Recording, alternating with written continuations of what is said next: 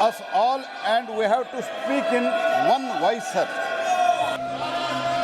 The opposition has demanded a statement from Home Minister Amit Shah regarding Wednesday's bold intrusion into the Lok Sabha. I name Shri Derek O'Brien. Derek O'Brien is hereby named to leave the house immediately. Derek O'Brien of the Trinamool Congress suspended from the Rajya Sabha.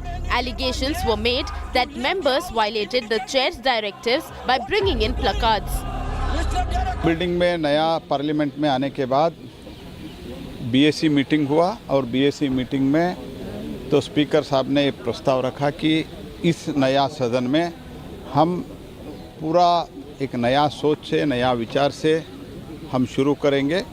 इसलिए कोई भी इसमें placard, जो हिंदी में तट्टिया बोलते हैं, वो तो नहीं लाना है। अगर लाते हैं तो तुरंत कार्रवाई होगा, ऐसे माननीय स्पीकर ने विषय रखा और सब ने इसको स्वीकारा है। Nobody has oppose. स्पीकर साहब ने जो निर्णय किया था तो उसके उल्लंघन करके प्लेकार्ड लेके वेल में आया है, इसलिए 13 एमपीओ का सस्पेंशन आज हुआ है। These suspensions triggered strong reactions from the opposition alliance. The DMK denounced the action as biased. There is an MP who has actually given the passes for these people to come in. No action has been taken against that MP. Whereas we saw what happened in Malwa's case, where without even the inquiry being complete, she has been disqualified. And this MP is not even suspended, he is inside Parliament. The JDU asserted that the suspensions aimed to intimidate the opposition and conceal the government's failures. गृह मंत्री को आके बयान देना चाहिए। गृह मंत्री सदन के सदस्य हैं, इस देश के गृह मंत्री हैं, सुरक्षा की जिम्मेवारी उनकी है। तो उस नाकामी को छिपाने के लिए ये निलंबित कर रहे हैं। सांसदों को निलंबित करते रहे, बहुमत है, जो मन में आवे करें, उसमें कहाँ कोई सवाल है। लेकिन लोकसभा सचिवालय सर, लेकिन हम वो दूसरी बात उसके अलावा हम कह रहे हैं कि कल भगवान का शुक्र है कि कल जो 2 लोग संसद भवन में घुसे थे वो मुसलमान नहीं।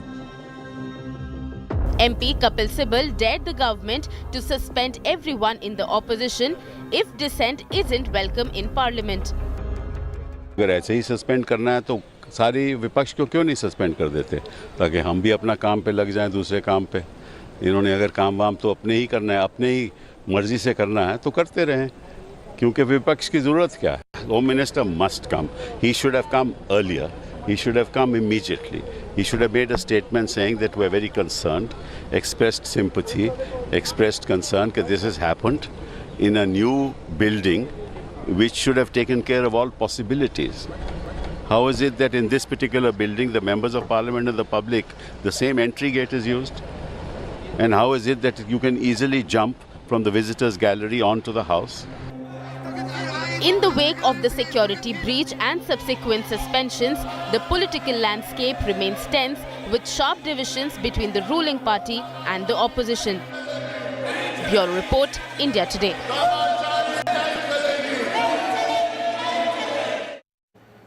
The stage is set now for 2024 elections for the Lok Sabha, barely a few months away. It is being called as the Mahayudh or the grand finale of the elections. Home Minister Amit Shah is confident of the cadre's victory in the upcoming grand finale of the elections. He was speaking exclusively at India Today's Agenda Aaj Tak, and Amit Shah said Bharatiya Janata Party's victory is certain. Firing fresh salvos at the Team India, Home Minister has claimed there is no India alliance. He also hailed Prime Minister Modi's leadership from the India Today stage and said there is nobody like Prime Minister Modi for the hard work and effort and the vision that he's put in. Remember, BJP's Chanakya, as many call him, is on a mission to end now the North-South debate. He has predicted, Home Minister Amit Shah exclusively has given out this and said that for 2024 elections and after that, this North-South debate has ended. What did he mean? Listen into the excerpts from the Agenda Aaj Tak.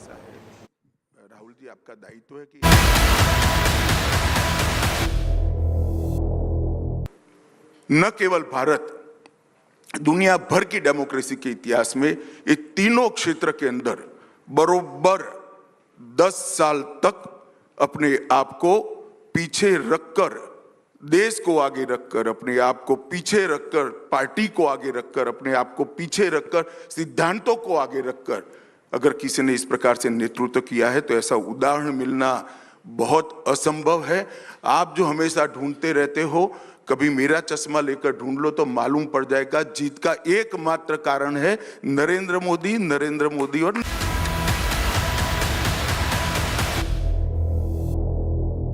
India alliance है कहां, बताओ तो। वो तो मैं आपको पूछता हूं एक एक राज्य। कश्मीर पहले से एक अलायंस बना हुआ है, इससे क्या ऐड होगा? पंजाब में हो नहीं रहा है, हिमाचल में भारत और भाजपा और पंजाब में वो होप करेंगे हो जाएगा। नहीं हो रहा है ना अभी।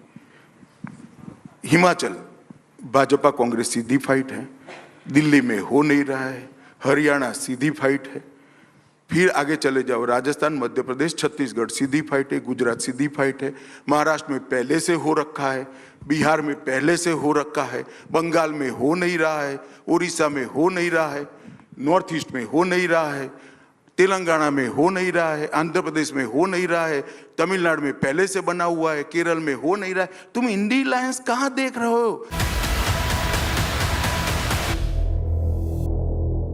चुनाव के बाद भारतीय जनता पार्टी दक्षिण में नहीं है, वो बहस समाप्त हो जाएगी। आपको कहां पे लग रहा है दक्षिण में आप गेन कर? अब वो हम 24 के चुनाव के दिन बात करेंगे, परिणाम के दिन बात करेंगे। देखिए, कर्नाटक में हमारी सरकार रही है, हम आज भी मुख्य विपक्ष हैं। तेलंगाना में हमारी सीटें निश्चित रूप से बढ़ने जा रही हैं और तमिलनाडु और केरल में भी हमारे वोट प्रतिशत और सीटें दोनों में हम बढ़ोतरी करेंगे। हमने ये जो लोग चुनाव के नतीजों को, प्रदेश के चुनाव के नतीजों को भारत को बांटने के तरीके के रूप में सोचते हैं, मैं इसकी घोर निंदा करता हूं। उत्तर दक्षिण का नैरेटिव जो खड़ा करते हैं वो भारत को जोड़ना नहीं चाहते, भारत को तोड़ना चाहते हैं, मैं इसकी निंदा करता हूं। After a very short break, I take you to Karnataka, one of the southern states in focus right now. But that's where Tipu Sultan politics is back in how. So the Congress MLA speaking in the assembly over the renaming of airport, one of the Congress MLAs said that name the airport after Tipu Sultan. What were the reactions to it? More on that after a short break.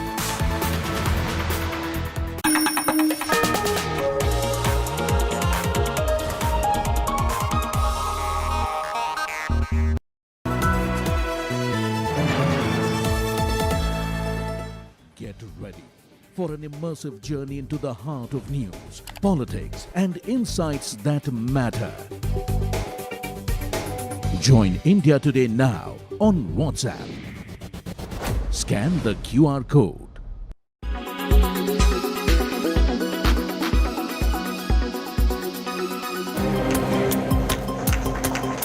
It's a dream debut for Bhajanlal Sharma. The first time MLA from Sanganer constituency will be the new Rajasthan Chief Minister. The decision was announced at a meeting of BJP MLAs supervised by party's central observers led by Rajnath Singh and in the presence of former CM Vasundhara Raje Scindia. Sharma, who originally hails from Bharatpur, was fielded from the BJP bastion of Sanganer by dropping a sitting MLA. The 56-year-old Brahmin leader has served as the party's state unit general secretary in the past.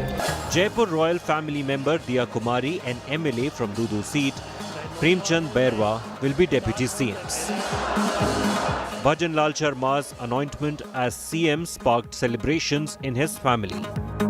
By appointing a Brahmin as CM, a Rajput and scheduled caste leader as deputy CMs, the BJP has attempted a unique social engineering. Brahmins constitute only 7% of population, Rajputs 9% and SCs 18%. The BJP's choice of 3 fresh faces as CMs for Rajasthan, Madhya Pradesh and Chhattisgarh can be called a generational shift, even if not in terms of age. The change of guard marks the exit of heavyweights Vasundhara Raje, Shivraj Singh Chauhan and Raman Singh, all of whom were given reins during the Vajpayee-Advani era. The BJP has begun a new innings in the Hindi heartland. Bureau Report, India Today.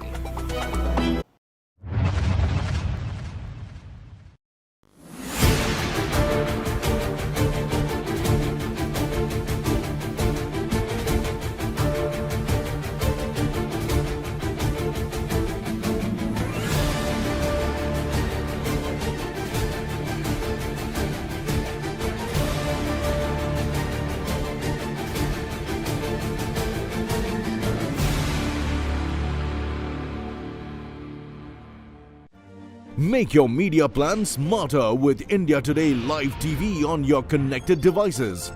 Amplify your brand with 100 million smart internet viewers. To advertise, mail us at sales@aajtak.com.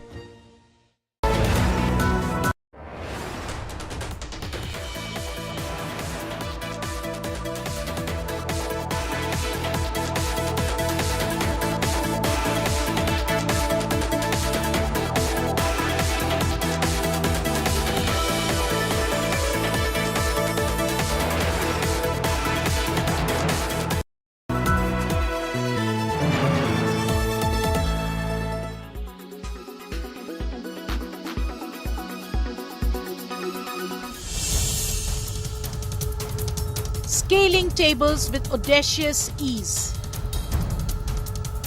Releasing yellow smoke from concealed canisters. 4 individuals apprehended in a significant security breach within New Delhi's supposedly fortress-like parliament. Shockingly, the duo believed to have spent over half an hour in Lok Sabha beyond their allotted visitor pass time, prompted by Wednesday's security incident. A meticulous review of the current security infrastructure is underway. Speaker Om Birla has officially communicated with the Home Ministry, advocating the implementation of enhanced security measures. Designation of specific entry gates for visitors is being considered. Primary entry restricted exclusively for members of Parliament. Deployment of full-body scanners within the Parliament premises. Official sources report the Speaker's directive to cancel entry passes for former MPs and personal assistants of current MPs.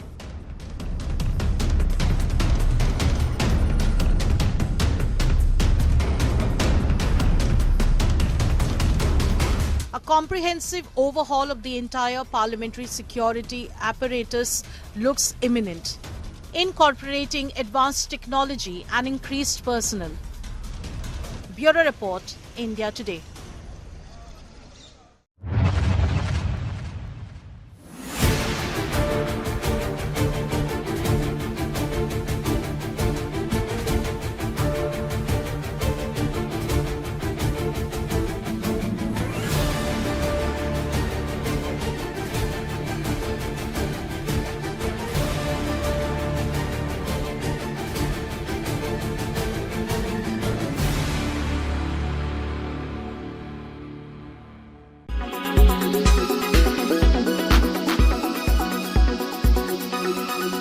Make your media plan smarter with India Today Live TV on your connected devices. Amplify your brand with 100 million smart internet viewers. To advertise, mail us at sales@aajtak.com.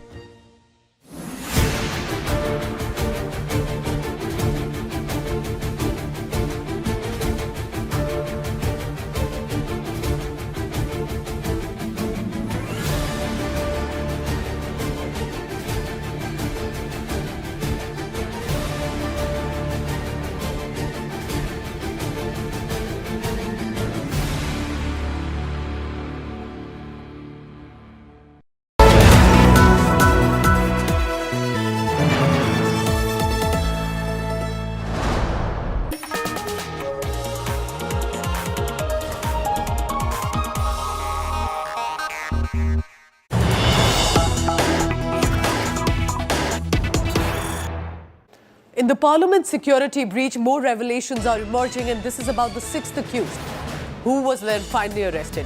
One of those, remember, Lalit Jha, who had been absconding, had fled to Rajasthan. More details are now emerging from our sources. He first hid at a hotel. It was then that Lalit Jha realized that he's clearly all over with his images, with the news about him, and the police is tracking his movement specifically, as he was also able to watch the news around him, and it was, remember, the biggest story of the day. Lalit had panicked, realizing that there is a massive police manhunt, that people clearly have now seen his face, and eventually he decided within the days to surrender. But what about the mobile phones? For now, it was believed by the investigators that it was Lalit who fled with all the mobile phones of others, so the evidence can be erased. But according to now sources coming in, those mobile phones have now not been traced, and there is a belief that it has all now been destroyed by Lalit himself.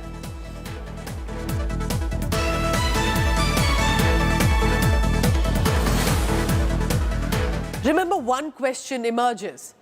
These 4 to 5 men and women from different cities, different states, start to meet, start to organize and decide that it is a valid reason now that they have to be able to storm into the parliament, throw canisters, create commotion and possibly much worse. Is it really just individual decision or someone who's guiding them? Is there a bigger mastermind behind this plan? That is what the investigators are looking at now. How did they come across? How did they get the logistics of it? If they are saying they didn't have jobs and that was the anger behind it. Take a look at this report.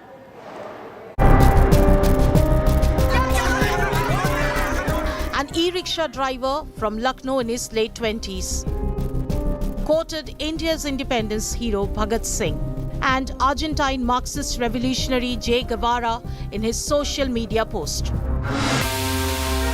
A 34-year-old jobless computer engineer from Mysuru, believed to have interacted with other accused intruders on Bhagat Singh fans' Facebook page. A qualified teacher without a job from a village in Haryana's Jind district. She took part in the restless and farm protest. Son of farm labourers from a remote village in Maharashtra's Latur district, he unsuccessfully attempted several police and army recruitment exams. The question arises of how these 4 unemployed individuals with marginalized economic backgrounds from different geographical locations came together. Their audacious breach on India's parliament, coincidentally on the 22nd anniversary of the attack on its old building, raises eyebrows. An unlikely bunch, their actions left even their families in shock. Madam ಅವರೇ ಯಾವ ಕೆಷ್ಟು ದೃಷ್ಟಿ ಇಲ್ಲ ಅವನು ಇದು BA engineer intelligent madam ಅವರೇ ಅರ್ಥ ಆಯ್ತಾ ಅವನು ಯಾವುದು ಇದು ಸಮಾಜ ಘಾತಕವಾದ ಕೆಲಸ ಇಲ್ಲಿವರೆಗೂ ಯಾವುದು ಮಾಡಿಲ್ಲ ಮುಂದಕ್ಕೂ ಯಾವುದು ಮಾಡಲ್ಲ ಅವನು ಯಾಕೆ ಮಾಡಿದ್ದೇನೆ ಅಂತ ಅವನ್ನೇ ಕೇಳ್ಕೋಬೇಕು ವಿನ ನಾವೇನು ಹೇಳಕ್ಕಾಗಲ್ಲ ಮೇಡಮ್ ಅವರೇ बिल्कुल निर्दोष है मेरा एक ही बेटा वो रिक्शा चलाता था और कोई कुछ नहीं बस वो देशभक्त के बारे में बात करता था बस इसी बारे में वो बहुत अच्छा लड़का था सही किया भैया उसने वो सिर्फ नौकरी के लिए लड़ रही थी भैया नौकरी नहीं मिल रही थी वो बहुत परेशान थी बेचारी इतनी पढ़ी लिखी है उसे नौकरी भी नहीं मिल रही थी और जो कम पढ़े लिखे हैं उसमें तो पैसे देकर लग रहे हैं और इतनी पढ़ी लिखी है उसमें कोई नौकरी नहीं है ये तो फिर पैसों का खेल है भैया Lalit Jha, an elusive suspect on the run. A student activist originally from Bihar and a known face in the West Bengal NGO scene shared the video of the intrusion to an associate. As the investigation unfolds, the puzzling question remains. Were the 5 suspects solely driven by frustration? Or were they handled and trained by a mastermind for months to execute the breach on India's parliament? Bureau Report, India Today.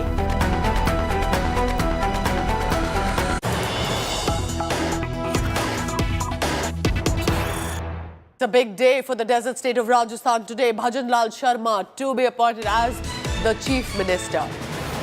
Prime Minister Modi, Home Minister Amit Shah, JP Nadda of the Bharatiya Janata Party will be attending this oath event. It's a big day, remember, for Rajasthan but also for Bhajan Lal Sharma for 2 reasons. It's the end of an era with regard to Vasundhara Raje's Raj. It is Bhajan Lal Sharma, first time MLA.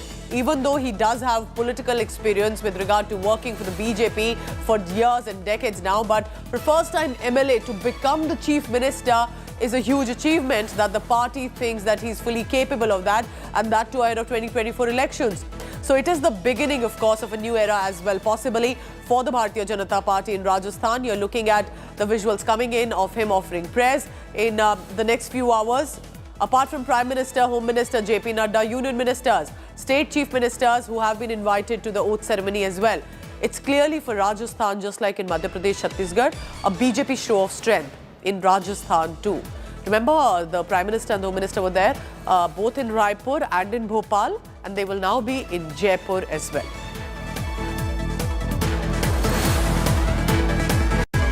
Jai Kishan Sharma joining me for the latest on that. Jai Kishan was the first one to have predicted that Bhajan Lal was one of the big front runners, and now today perhaps after those long days, Jai Kishan, of the suspense that's been on, maybe you'll also get a relief this evening. But how significant are we looking at this oath-taking ceremony? Are there going to be grand preparations with Prime Minister's arrival? It's already a big message for Rajasthan's BJP, with the work also that is cut out for them after Ashok Gehlot government's been rooted out.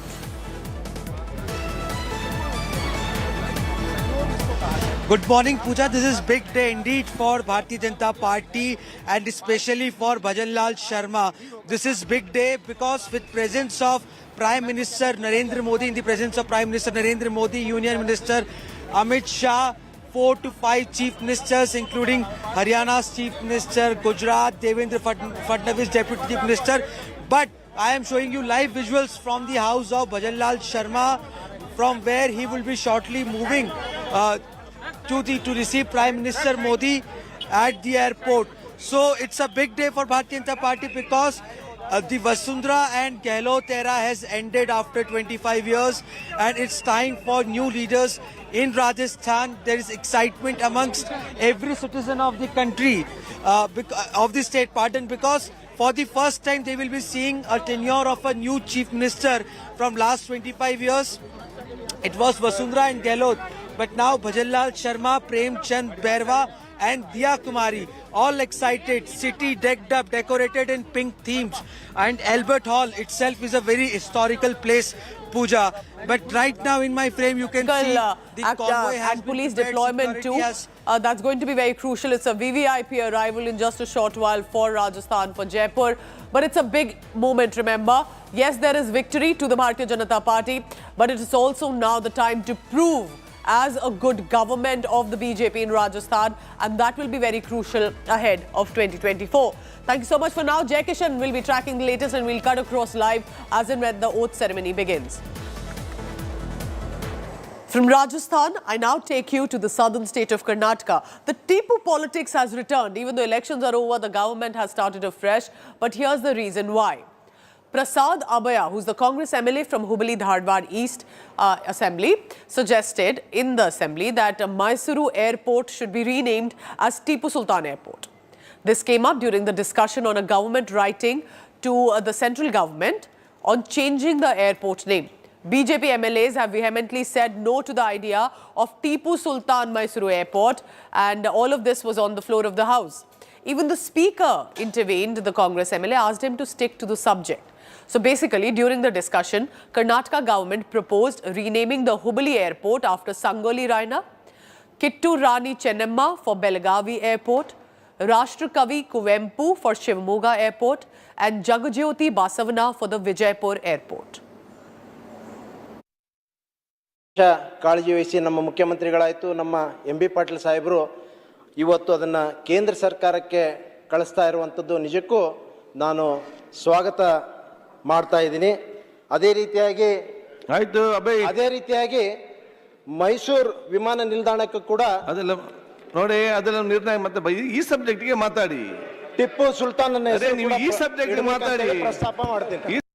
In a big relief to the petitioners in the Sri Krishna Janmabhoomi Shahi Eidgah dispute case, Allahabad High Court on Thursday allowed a plea to appoint a court-monitored advocate to conduct survey of the Eidgah area, which is the disputed area, adjoining the Krishna temple in Mathura. On 16 November, Justice Mayank Kumar Jain had reserved the order on the application after hearing the parties concerned. Order is being looked at as a step forward in the legal dispute. A court-monitored advocate commissioner is going to conduct a survey of the disputed Shahi Eidgah premises adjoining the Sri Krishna Janmabhoomi temple in Mathura. Within the next 4 days, the Allahabad High Court will announce the appointment of the commissioner.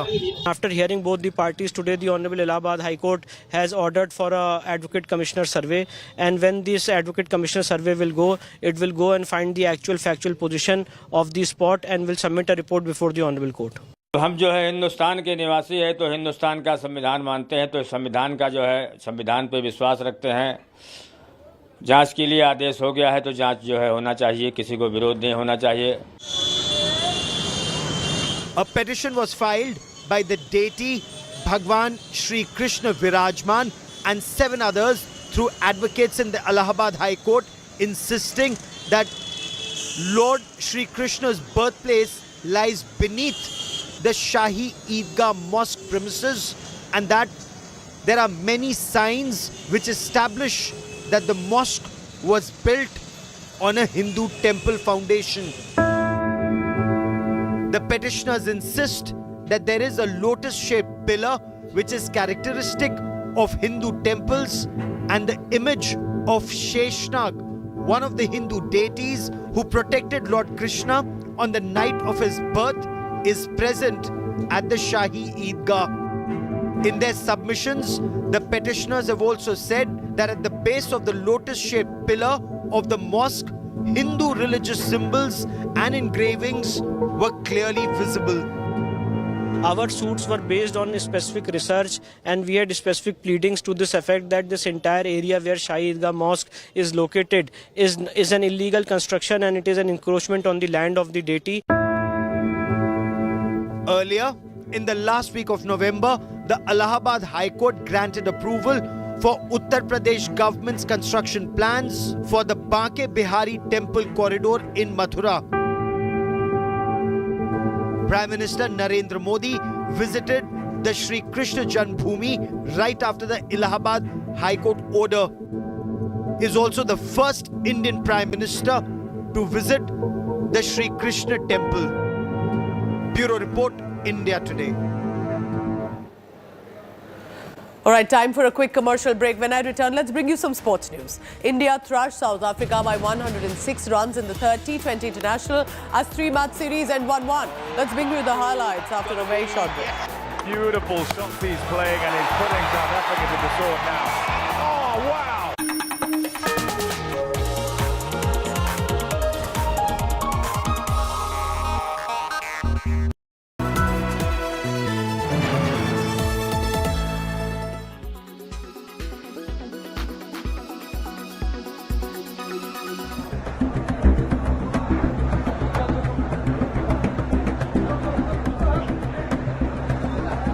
Queues for darshan that last up to 13 hours. Sabarimala is witnessing unprecedented rush. Devotees of Ayyappa coming in thousands every day are facing bottlenecks at multiple locations from base camp Nilakkal to Pamba river banks to finally the temple itself. An 11-year-old girl from Tamil Nadu died on Saturday while waiting in a queue for darshan. The police say she was suffering from heart ailment. The huge crowds and poor preparations have forced many devotees to return without darshan. The Congress and BJP are blaming the Pinarayi Vijayan government for the mess. The BJP's youth wing staged protests against the government outside the secretariat in Thiruvananthapuram. Kerala Chief Minister Pinarayi Vijayan has rejected opposition charges. The Kerala government has decided to reduce the virtual queue booking limit by 10,000, setting a new maximum at 80,000 per day, down from the previous cap of 90,000. The bolster safety measures, a special rescue ambulance service, Kanivu 108 has started. The Kerala High Court on Tuesday instructed authorities to extend support to pilgrims reaching the shrine. The two-judge bench also directed the police to manage the crowd on the hilltop effectively. While we remember the 2018 Sabarimala chapter that rocked Kerala politics before the 2019 general election, we are seeing one more time Sabarimala becoming the hot topic of Kerala politics before another general election. With video journalist Dean Kuriakose for India Today from Thiruvananthapuram.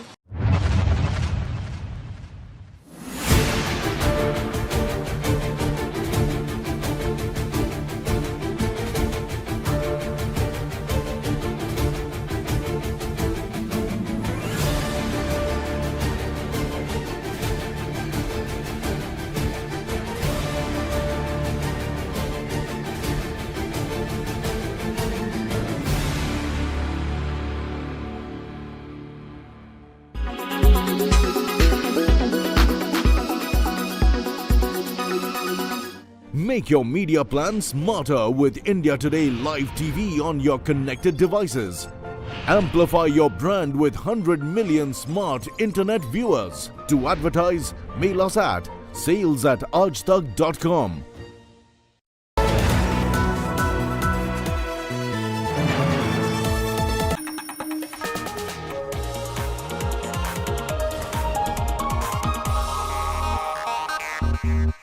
India thrashed South Africa by 106 runs in the final, which is third T20 international as the series ends 1-1. Captain Suryakumar Yadav named player of the match and player of the series. Asked to bat first, the men in blue reached 201 for 7 wickets in 20 overs as skipper Suryakumar Yadav scored a blistering century in 55 balls. Opener Yashasvi Jaiswal also contributed with 61 runs. Defending 201 runs, it was pacers in Mukesh Kumar and Arshdeep Singh providing the opening breakthrough, and then it was Kuldeep Yadav's show. The left-arm spinner on his birthday registered best figures in T20 international cricket as he picked up a 5-wicket haul for 17 runs in 2.5 overs. Proteas were bundled out for just 95 runs in 13.5. All right, I'm wrapping up this bulletin for now, but as we wrap up, ensure that you stay tuned to India Today because we return to the big stories right after, and specifically coming in from the Parliament. The updates in the investigation and, importantly, the political face-off. The opposition charging at the government and the government claiming it is India Alliance that orchestrated this attack. More on that after a break.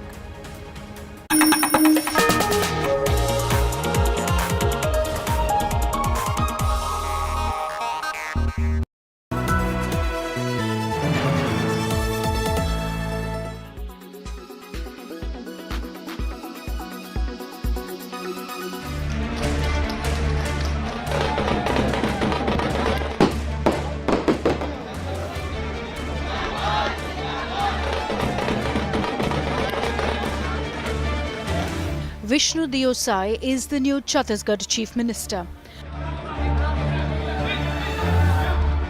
A prominent tribal face of the BJP, Deosai won from the Kunkuri seat and belongs to the Samurai community.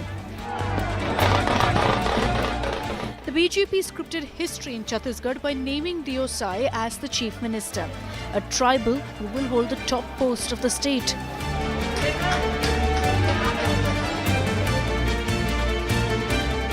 Vishnu Deosai is seen as a loyal BJP Karyakarta who joined the party in 1980. He's climbed his way up and has a considerable amount of ministerial experience. A 4-time MP, a 2-time MLA, he even served as MOS Steel in the first Narendra Modi government in 2014. Add to this impressive profile, Vishnu Deosai is considered very close to former Chhattisgarh Chief Minister Raman Singh and the RSS, and that's why has the backing of MLAs. While the BJP announcement has come as a surprise because Deosai hasn't been the face of the campaign in Chhattisgarh, he has played a key role in the win, having led the BJP state unit from 2020 to 2022. However, there's been a tribal factor in BJP's win. BJP swept the tribal belt in Chhattisgarh after winning Bastar and Sarguja regions. BJP bagged 8 out of 12 seats in Bastar and wrested all 14 seats from Congress in Sarguja. Former Deputy Chief Minister T.S. Singh Deo and State Congress Chief Deepak Bej were among those defeated. The move to put Vishnu Deosai on the saddle assumes importance ahead of the Lok Sabha elections as the BJP is clearly putting the focus on wooing the tribal vote. Bureau Report, India Today.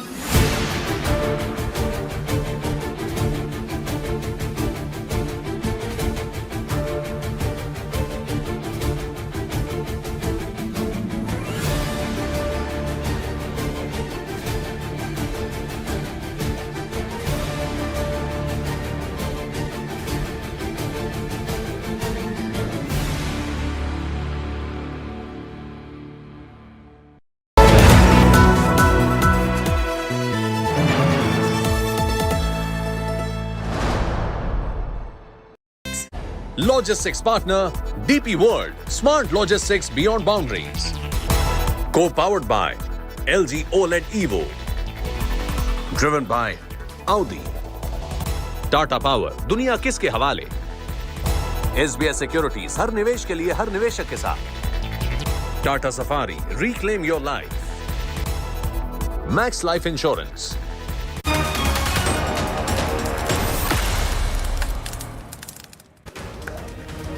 Good morning and welcome to India Today Television. I'm Pooja Shali. Let me take you through first the headlines at the top of this hour. The big news coming in from co-conspirator Lalit, who has now surrendered before the cops. And this, remember, because he was absconding and missing for days till he realized that there is a massive manhunt against him over the security breach angle.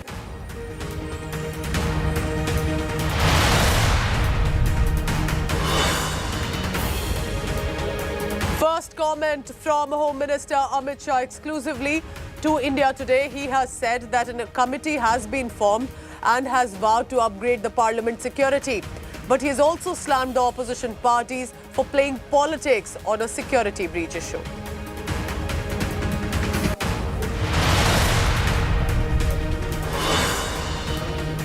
With the sixth accused arrested, BJP alleges Congress TMC left link. TMC leader and Lalit Jha pictures have emerged. Team India, while is up in arms against Modi government, but the BJP also is charging at the opposition, stating if his pictures were seen with TMC leaders, clearly there is an India link.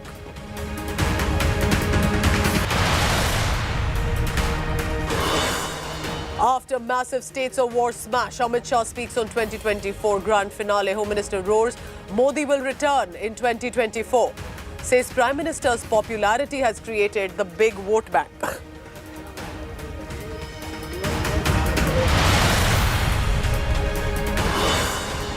In other news, Tipu politics has returned to Karnataka. Congress MLA stoked a big controversy. Congress MLA demanding that airport be renamed.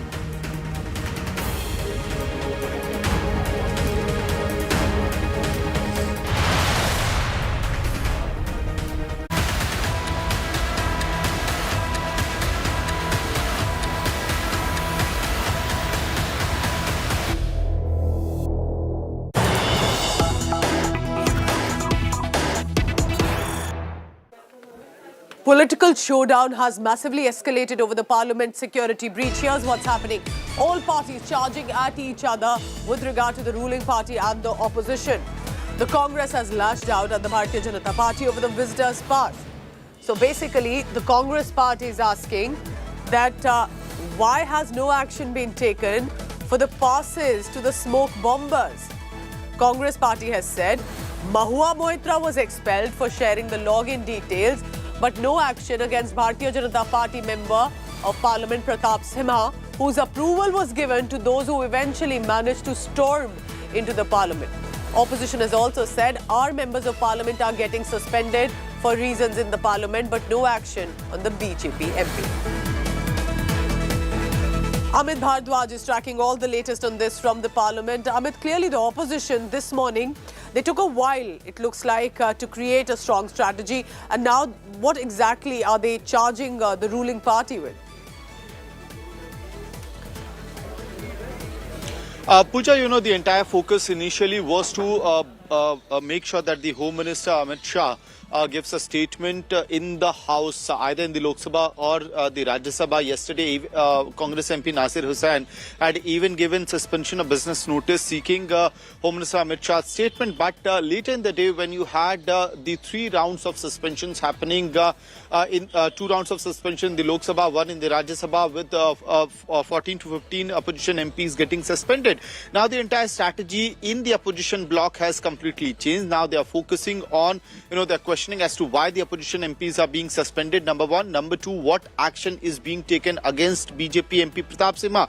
And the guns are now also being trained at Pratap Simha, saying that, look, this is the BJP MP who had given the pass, the visitors gallery pass to these accused, and no action has been taken against Mr. Simha, while several of the opposition MPs who were seeking statement of the Home Minister have been suspended. So clearly clearly a strategy to mount pressure on the central government, a strategy to draw parity, as well as to make sure that today, when again the opposition parties try to mount pressure on the government in the House, further suspensions don't happen. Pooja. Keep tracking all the latest on that, Amit, but stay on with me because we are tracking today what happens in the parliament. Remember, with the politics that's escalating now, each party, one, the BJP charging at the India Alliance, and the India Alliance hitting right back at the Bharatiya Janata Party, saying and blaming them for the security breach, and also saying it was your party's MP whose name was there on the pass that was cleared for these smoke bombers, so to say, to enter into the parliament. So what's exactly happening in the parliament? A lot in the past 24 hours. 13 members of parliament, also of the opposition, have been suspended. But here's what the opposition strategy is. They've lashed out at the Bharatiya Janata Party over the visitors' pass, and Congress's Manish Tiwari has now given an adjournment of business notice in the Lok Sabha to discuss the breach of parliament security issue. Congress is asking, why no action against BJP MP Pratap Simha, and why only opposition MPs have been suspended from the parliament? Lok Sabha security row has now snowballed into a full-blown confrontation between both opposition and ruling party MPs. Home Minister Amit Shah's statement is being demanded by the opposition in the parliament. They went on a sloganeering spree, and that was one of the reasons that they were suspended by the chair of the Rajya Sabha. Look closely now. Numerous pictures of Jha has surfaced with TMC MLAs and youth leaders and TMC leaders while are refuting this.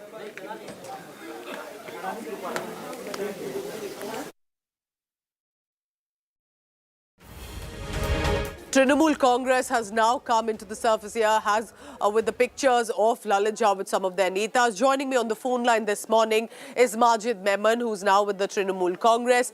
Mr. Majid Memon, what does one say to this? Because till now the India Alliance was charging at the ruling party, at government at the centre of the security breach, and BJP MP Pratap Simha's clearance on the pass. But when these photographs reveal that they have been clearly in public meetings of TMC specifically, doesn't that also raise a lot of questions?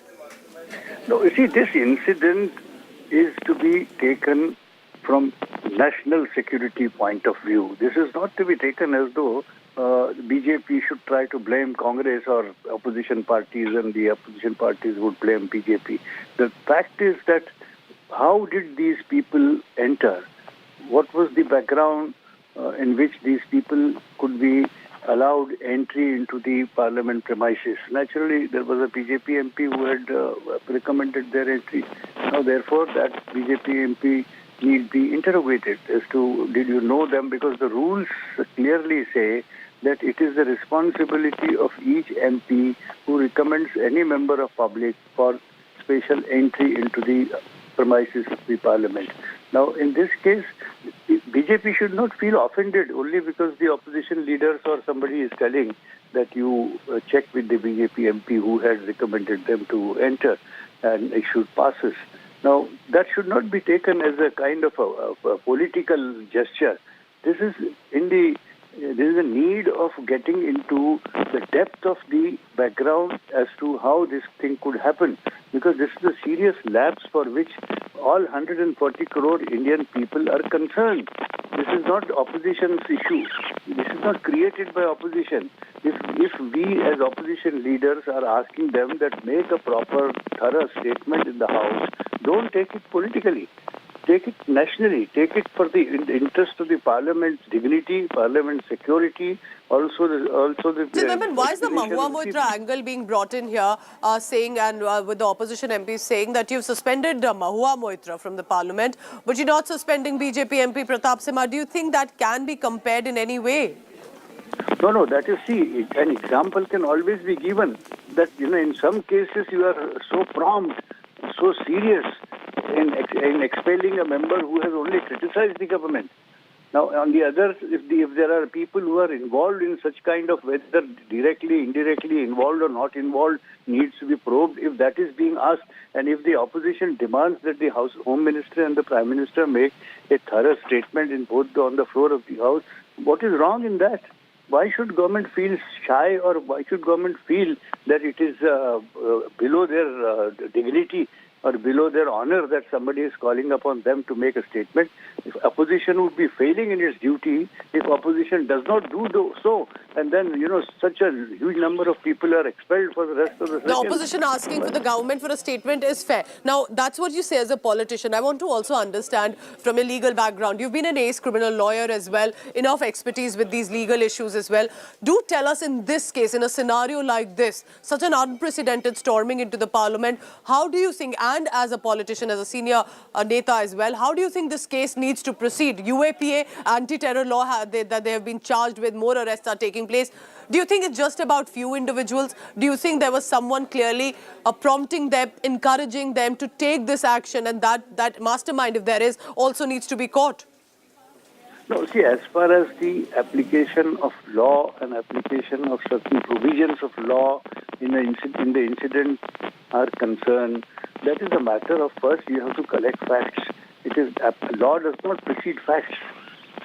First you have to collect all facts, come out with what the case is. You must understand the nature, you must understand the motive, you must understand if there is any conspiracy or preparation, etc.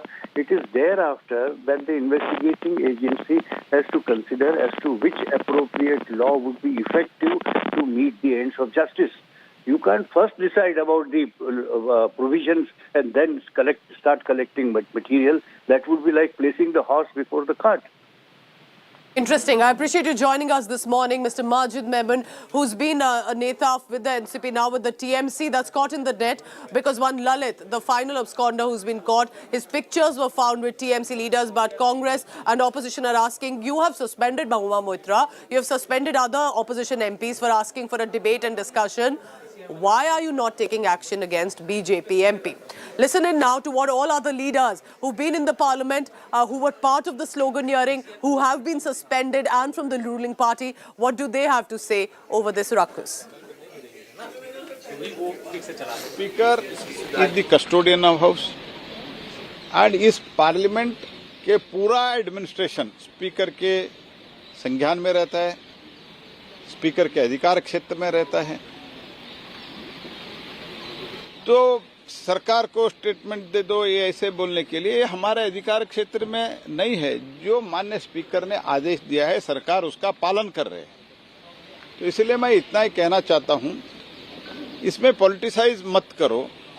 TMC इतना बड़ा बात कर रहे हैं जब हम लोग देखते हैं कि कोई देश विरुद्ध काम करते हैं, टुकड़े टुकड़े गैंग जो है वो काम करते हैं, उसके साथ टीएमसी का तो जोग होगा ही होगा, कनेक्शन होगा ही होगा. आज पूरा स्पष्ट हो गया. हम लोग चाहते हैं कि दिल्ली पुलिस इसका पूरा जांच करे, क्योंकि ये जो गैंग पूरा प्री प्लान्ड वे में सब लोग एक साथ होके, देखिए कोई आया महाराष्ट्र से, कोई आया मैसूर से, कोई आया बंगाल से आया, कोई आया लखनऊ से आया, कोई तो हर राज्यों से एक एक करके आके पूरा गैंग बनाया और कॉन्स्पिरेसी होके इतना बड़ा अटैक करने का प्लान किया था.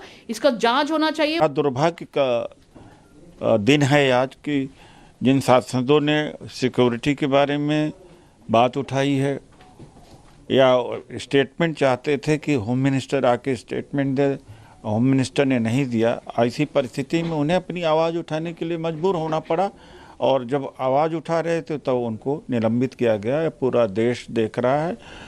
अब देश की जनता को भी इस पे संज्ञान लेना चाहिए कि जनतंत्र अपनी आखिरी सांसें गिन रहा है. Right, joining me now on the phone line, Manjinder Singh Sirsa from the BJP. Mr. Sirsa, here the opposition is saying that why are you targeting our MPs constantly, not taking any action against BJP MP Pratap Simha, not taking any action against how there is the fact that there is no discussion and statement. How do you look at the opposition strategy right now? What do you have to say about this massive breach of security that has taken place in the parliament? This is a very cheap politics. अब national interest में जब भी कोई बात होती है, I do not understand why Congress and other opposition party don't understand this. See, first of all, it was the anniversary of the attack on Parliament, and these people, we do not know. Still, the investigation is going on. But as the preliminary investigation, there are two videos surfaced. One, the Poonam, one of the accused Poonam, who is asking votes for Congress and INL, and at that time also she is protesting against BJP and asking votes for INL and Congress. So one thing is sure, that she was a die-hard follower for Congress, and what transpired we do not know. Still the investigation is going on. And at the same time, when the speaker has said that कि हमने committee बना दी है, committee की report आने का इंतजार करो, उसके ऊपर हम जो भी कमेटी की रिपोर्ट आएगी उसके बाद इस पे चर्चा करेंगे. In spite of that, the opposition MP shouting, आप स्पीकर को भी समझने को तैयार नहीं, आप उनके भी गले आ रहे हैं. तो ऐसे में अगर आपको कहा say to the pictures that have come in, because India Alliance is charging at the ruling party in the government for the clearance of the pass and the security breach, but now images show that one of those co-conspirators and accused were seen with Trinamool Congress leaders, at least in public events. Photographs have surfaced. They clearly had a certain ideological bend. Some of them were that woman was part of the farmer agitation and other protests as well. Do you think that this was India Alliance orchestrated, or do you think these were just individuals who got together to storm into the parliament? See, it would be too early to comment on this. Reason being, let the police investigate. The police is investigating this case. Unless until a police come to some conclusion, I think we shouldn't jump into the conclusion. So that is the reason the Honorable Speaker also said, and the government also said, let there be a fair investigation, and the conclusion is out, then we'll discuss on this. So one thing is for sure, that Congress and other opposition parties are doing a very cheap politics on this. I don't think that anybody should do politics. Otherwise also, if they say this is an attack, then also they shouldn't do this kind of a politics. And if they say it is not an attack, it's merely a protest, then also why are you shouting for that? Then there is nothing to shout out it. And by the opposition, says Manjinder Singh, sir, some more reactions coming in. Remember, this is very important. This is about security breach, which is the foundation of our democracy. This is where our members of parliament sit. And to be able to storm right now with smoke canisters, the question is what if, and that could have become much more of a tragedy. And now, speaking for the first time, Union Home Minister Amit Shah at the India Today stage at the Agenda Aaj Tak clearly and elaborately gave a statement on the parliament security breach and what is the government's plan of action hereon. Addressing the session, Union Home Minister lashed out at the opposition parties also for playing politics over December 13th Parliament security breach. Home Minister Amit Shah assured that a committee has been tasked with investigating the breach. They will be looking to also enhance Lok Sabha security. Inquiry has been done and ordered only because, remember, this report will be sent to the Speaker, Om Birla, as Parliament security is under the Speaker. But this, remember, happened on the anniversary of 2001 Parliament terror attack when these two individuals jumped from the visitors' gallery onto where the parliamentarians sit, released coloured smoke from the canisters, shouted slogans. And that's why this has become a huge issue. Listen in now to what Home Minister Amit Shah has said. Sir, आप देश के गृह मंत्री हैं. संसद भवन में parliament attack की बरसी पर एक बार फिर से एक ऐसा वाकया हुआ जिसको लेकर देश में लोग सोच रहे हैं कि अरे नई पार्लियामेंट की बिल्डिंग में ये आखिरकार क्या हुआ. सबने उन तस्वीरों को देखा. देश के गृह मंत्री के तौर पे आपको अब तक क्या पता चला है कि ये कौन लोग हैं, कैसे आए, क्यों आए और क्यों ये चूक हुई? देखिए, ये बड़ा गंभीर मसला है और लोकसभा अध्यक्ष जी ने इसका गंभीर संज्ञान लिया है. विपक्ष इस पर राजनीति कर रहा है. मैं ऐसा नहीं कह रहा कि इसमें कहीं ना कहीं कोई चूक नहीं हुई. चूक निश्चित हुई, तभी तो घटना हुई है, परंतु इस पर राजनीति करे. सबको मालूम है कि पार्लियामेंट सिक्योरिटी लोकसभा अध्यक्ष के तहत रहती है. अध्यक्ष जी ने भारत सरकार के गृह मंत्रालय को एक पत्र लिखा है. हमने एक कमेटी बनाई है. देश के सीनियर मोस्ट डीजीपी में से एक डीजीपी के नेतृत्व में एक कमेटी बनी है और उसमें ढेर सारी एजेंसियों के सदस्य भी है. कुछ ही दिनों में इसकी रिपोर्ट अध्यक्ष जी के पास जाएगी और मुझे लगता है अध्यक्ष जी ही इसको प्रकाशित करे ज़्यादा उचित है. ऐसी जितनी भी घटनाएं हुई, करीब करीब 40 घटनाएं हुई, जिसमें पर्चा डालने से लेकर, नारा लगाने से लेकर, पिस्तौल लेकर अंदर आ जाना, सदन के अंदर कूद जाना, ये तक की घटनाएं हुई. और हर बार लोग जी ने एक कमेटी बनाकर इसकी जांच करी है. हमने एफआईआर भी रजिस्टर कर दिया है. जांच की कमेटी भी बन रही है. मुझे लगता है 15-20 दिन में वो लोग अपनी रिपोर्ट लोकसभा स्पीकर साहब को सौंप देंगे। मगर मैं इतना सुनिश्चित करता हूं क्योंकि उन्होंने जो कमेटी का परव्यू बनाया है, घटना की भी जांच करने के लिए कमेटी को काम सौंपा है और लोकसभा की सुरक्षा को आगे कैसे चुस्त दुरुस्त किया जाए वो भी काम सौंपा है और दोनों काम ये कमेटी बहुत अच्छे से करेगी। मैं देश की जनता को विश्वास दिलाना चाहता हूं कि एकदम चुस्त दुरुस्त सुरक्षा व्यवस्था आगे पर हो, इसका हम ध्यान रखेंगे। कई बार सुरक्षा में सैंध लगाने वाले नए नए तरीके लेकर लूफोल्स ढूंढते रहते हैं। लूफोल्स होना नहीं चाहिए, वो आइडियल चीज है, मगर अब वो ढूंढाई है तो इसको फिल करने का हमारा जिम्मेदारी है और मेरा सभी से अपील है कि इसको राजनीतिक मुद्दा न बनाया जाए। तहकीकात करने के बदले ये नसीहत दे रहे हैं और सियासत कर रहे हैं, इसकी जांच होनी चाहिए। ये सुरक्षा में भारी चूक हुई है और केंद्र में बैठी सरकार बीजेपी को इसका जवाब देना पड़ेगा कि आज जब संसद भवन में ये हालात हैं, ये लचर व्यवस्था सुरक्षा की है, तो आम जनता का क्या होगा। आज तो इसके लिए सीधे तौर पर जिम्मेवार केंद्र में बैठी सरकार है, उनको जवाब देना पड़ेगा। ये सियासत का विषय नहीं है। बीजेपी सियासत और नसीहत न दे, इसका सीधे तौर पर जवाब दे कि बीजेपी केंद्र में सरकार में है और किस तरह से पूरे जब पार्लियामेंट की सुरक्षा की ये हालात हैं तो बाकी तो।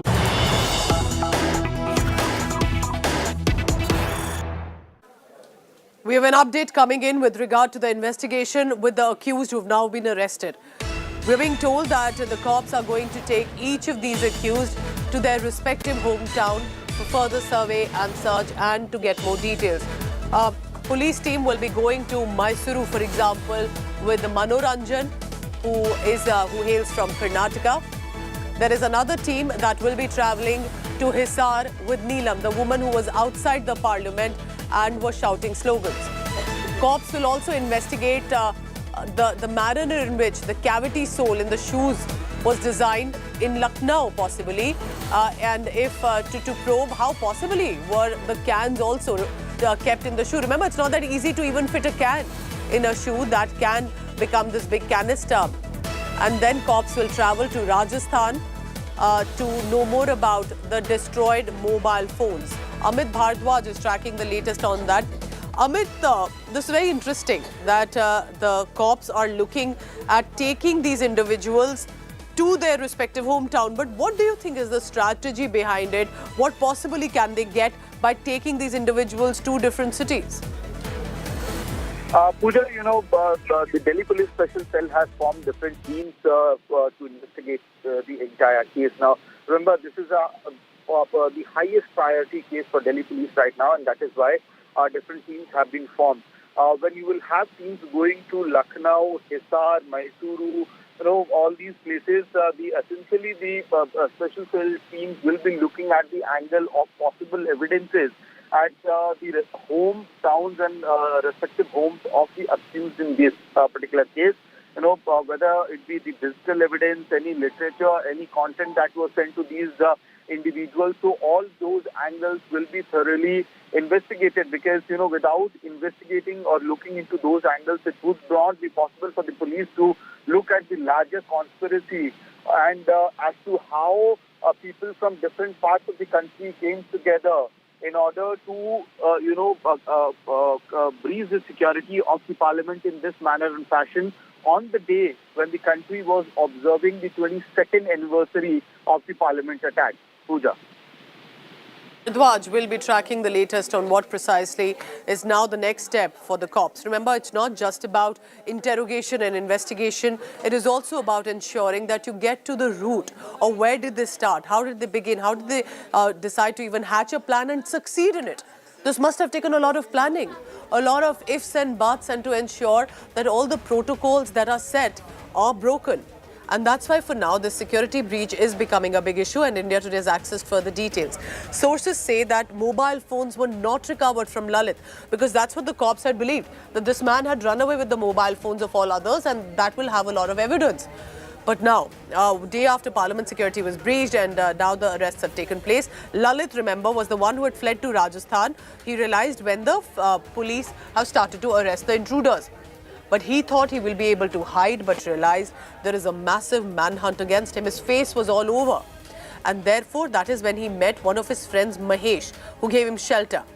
According to sources, police will seek the remand of both Lalit and Mahesh to know as to what really was their plan. Sources say Lalit wanted to replicate Bhagat Singh's Act of 1929. He even had pamphlets to say Prime Minister missing. That was one of the plans that they thought they will act what happened in 1929. Cavities were made in the shoe to hide the canisters. The cans were actually brought by Sagar from Lucknow.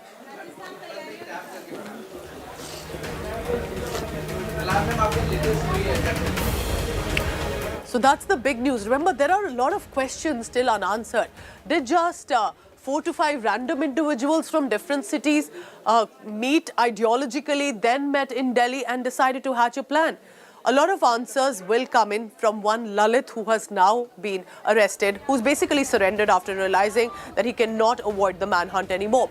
But no mobile phones were recovered from him because he was believed to have taken all these phones with him to Rajasthan. Does that mean the cops that are looking at further investigation into it, has he destroyed those mobile phones which had clearly a lot of evidence? Lalit, according to our sources, have destroyed the 4 mobile phones he had. Remember that phones would have had evidence, conversations, a lot of chats that could have surfaced and a lot of other social media references too. Lalit, according to our information, went to a place where he met his friend Mahesh. He hid at a hotel earlier, but realized because with the manhunt, he cannot be in secret. He then contacts a friend Mahesh and finds a shelter. Mahesh got Lalit a room to spend the night, but soon realized they will not be able to escape. Lalit then destroyed the mobile phones on the morning of 14 December before they decided to go ahead and surrender to the Delhi cops.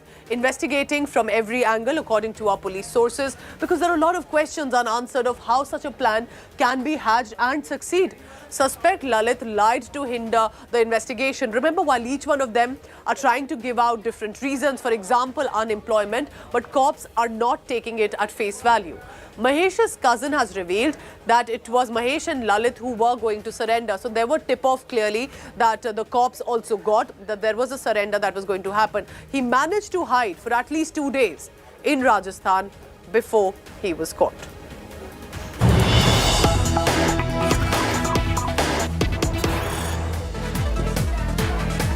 All right, so that's the big moment coming in. India's Member of Parliament to chair meeting on the security breach. The opposition MPs of the India Alliance will be having a meeting shortly at about 10 a.m.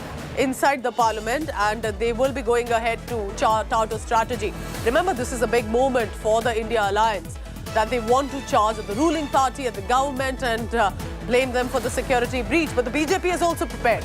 BJP has said that it was some of these accused are seen in your rallies, in your public events, for example, of the TMC. For example, also with a video that's going viral of one woman, Neelam protester, who had been saying of how Congress is a better option than the Bharatiya Janata Party for this country.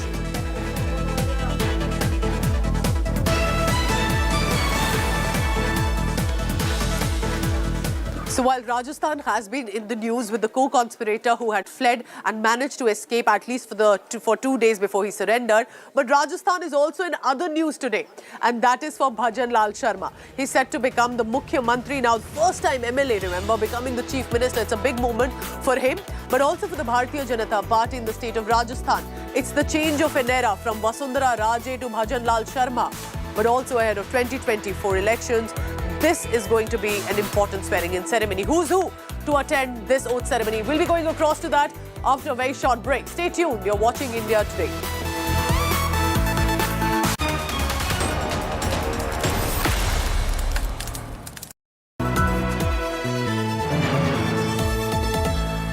Ready for an immersive journey into the heart of news, politics, and insights that truly matter. Join India Today now on WhatsApp with the #1 election team as we gear up for the upcoming assembly elections. Scan the QR code on your screen now. Join India Today now on WhatsApp. Follow these steps. Open WhatsApp on your phone. Check for a new updates tab. Select Find Channel and type India Today. After finding the channel, tap the Follow button.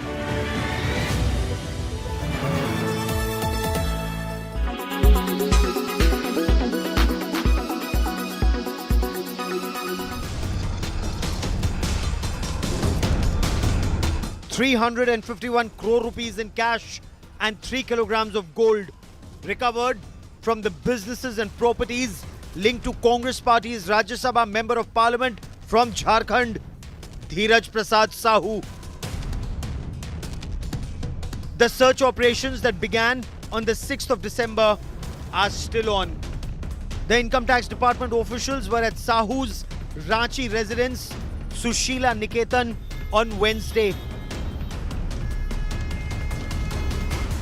The tax evasion probe that started with Bud Distilleries, Baldev Sahu Infra Private and other group companies linked to Dheeraj Sahu's family has now spread to other firms in Odisha.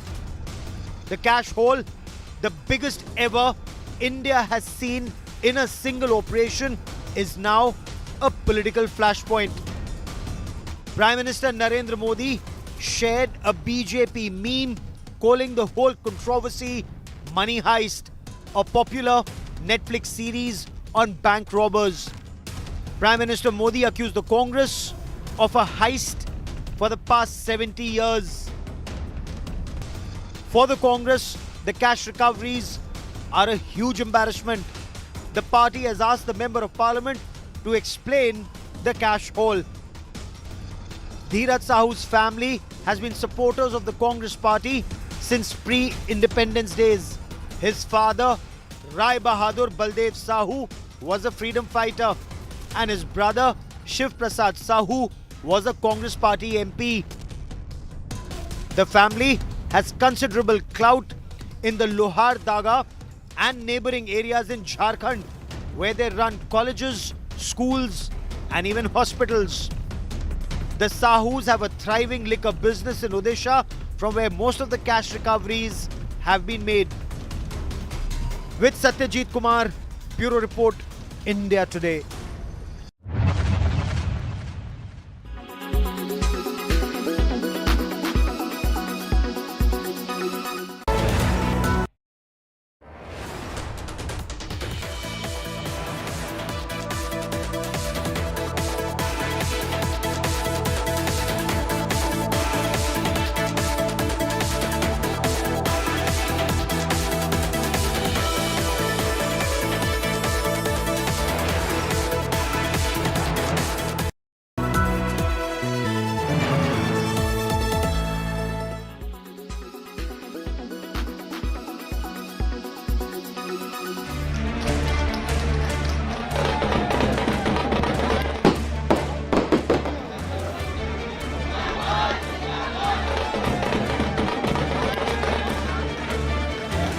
Vishnu Deosai is the new Chhattisgarh Chief Minister.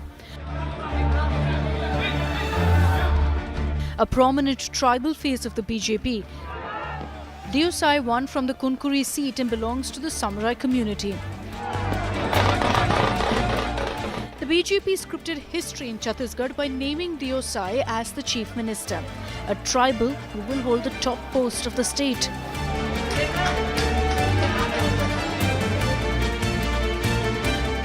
Vishnu Deosai is seen as a loyal BJP Karyakarta who joined the party in 1980. He's climbed his way up and has a considerable amount of ministerial experience. A 4-time MP, a 2-time MLA, he even served as MOS Steel in the first Narendra Modi government in 2014. Add to this impressive profile, Vishnu Deosai is considered very close to former Chhattisgarh Chief Minister Raman Singh and the RSS, and that's why has the backing of MLAs. While the BJP announcement has come as a surprise because Deosai hasn't been the face of the campaign in Chhattisgarh, he has played a key role in the win, having led the BJP state unit from 2020 to 2022. However, there's been a tribal factor in BJP's win. BJP swept the tribal belt in Chhattisgarh after winning Bastar and Sarguja regions. BJP bagged 8 out of 12 seats in Bastar and wrested all 14 seats from Congress in Sarguja. Former Deputy Chief Minister T.S. Singh Deo and State Congress Chief Deepak Bej were among those defeated. The move to put Vishnu Deosai on the saddle assumes importance ahead of the Lok Sabha elections, as the BJP is clearly putting the focus on wooing the tribal vote. Bureau Report, India Today.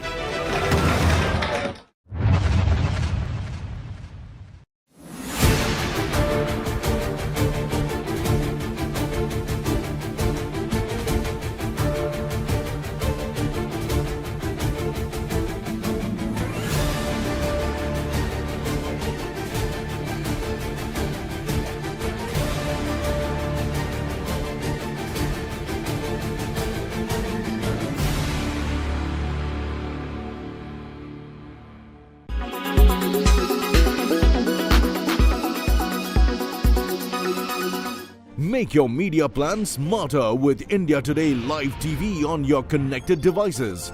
Amplify your brand with 100 million smart internet viewers. To advertise, mail us at sales@aajtak.com.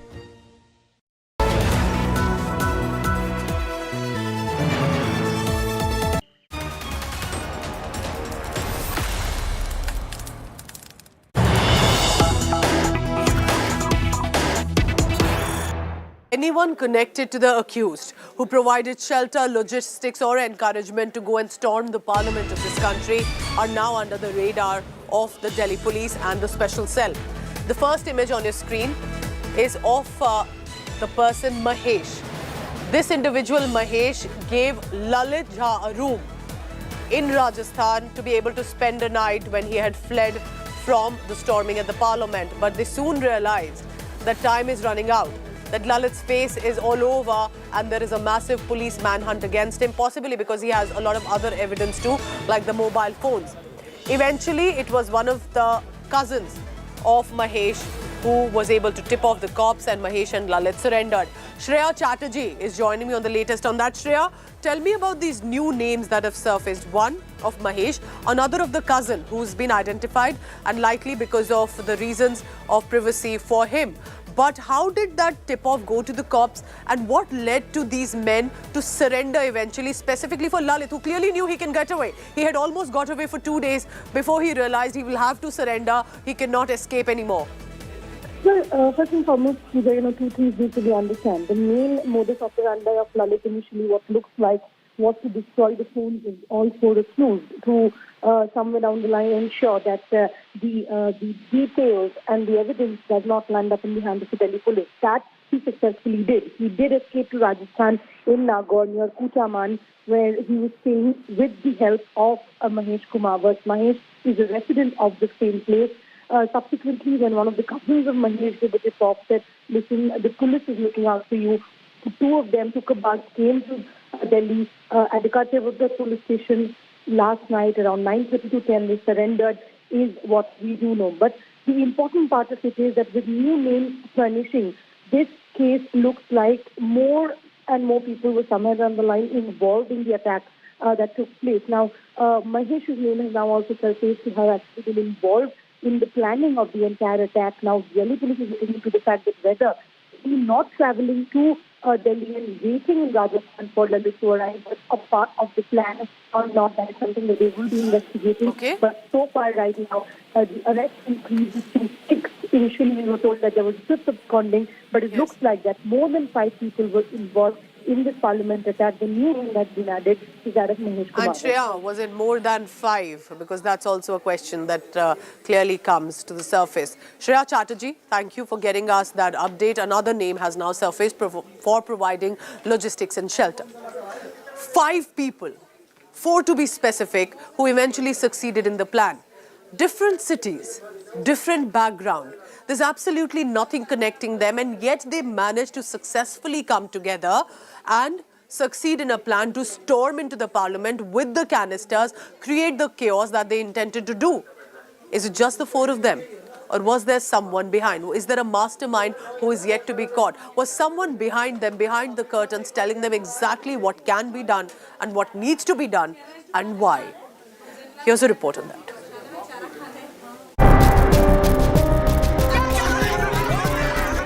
An e-rickshaw driver from Lucknow in his late 20s quoted India's independence hero Bhagat Singh and Argentine Marxist revolutionary Che Guevara in his social media post. A 34-year-old jobless computer engineer from Mysuru, believed to have interacted with other accused intruders on Bhagat Singh fans' Facebook page. A qualified teacher without a job from a village in Haryana's Jind district. She took part in the restless and farm protest. Son of farm labourers from a remote village in Maharashtra's Latur district, he unsuccessfully attempted several police and army recruitment exams. The question arises of how these 4 unemployed individuals with marginalized economic backgrounds from different geographical locations came together. Their audacious breach on India's parliament coincidentally on the 22nd anniversary of the attack on its old building, raises eyebrows. An unlikely bunch, their actions left even their families in shock.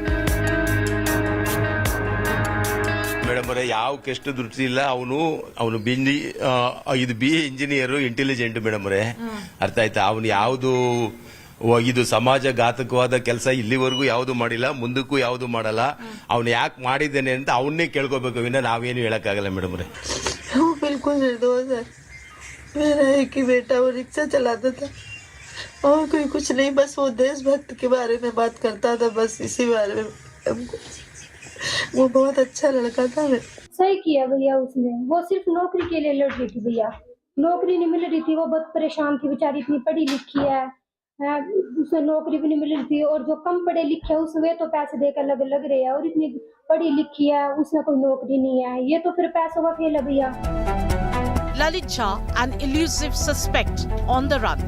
A student activist originally from Bihar and a known face in the West Bengal NGO scene shared the video of the intrusion to an associate. As the investigation unfolds, the puzzling question remains. Were the 5 suspects solely driven by frustration? Or were they handled and trained by a mastermind for months to execute the breach on India's parliament? Bureau Report, India Today.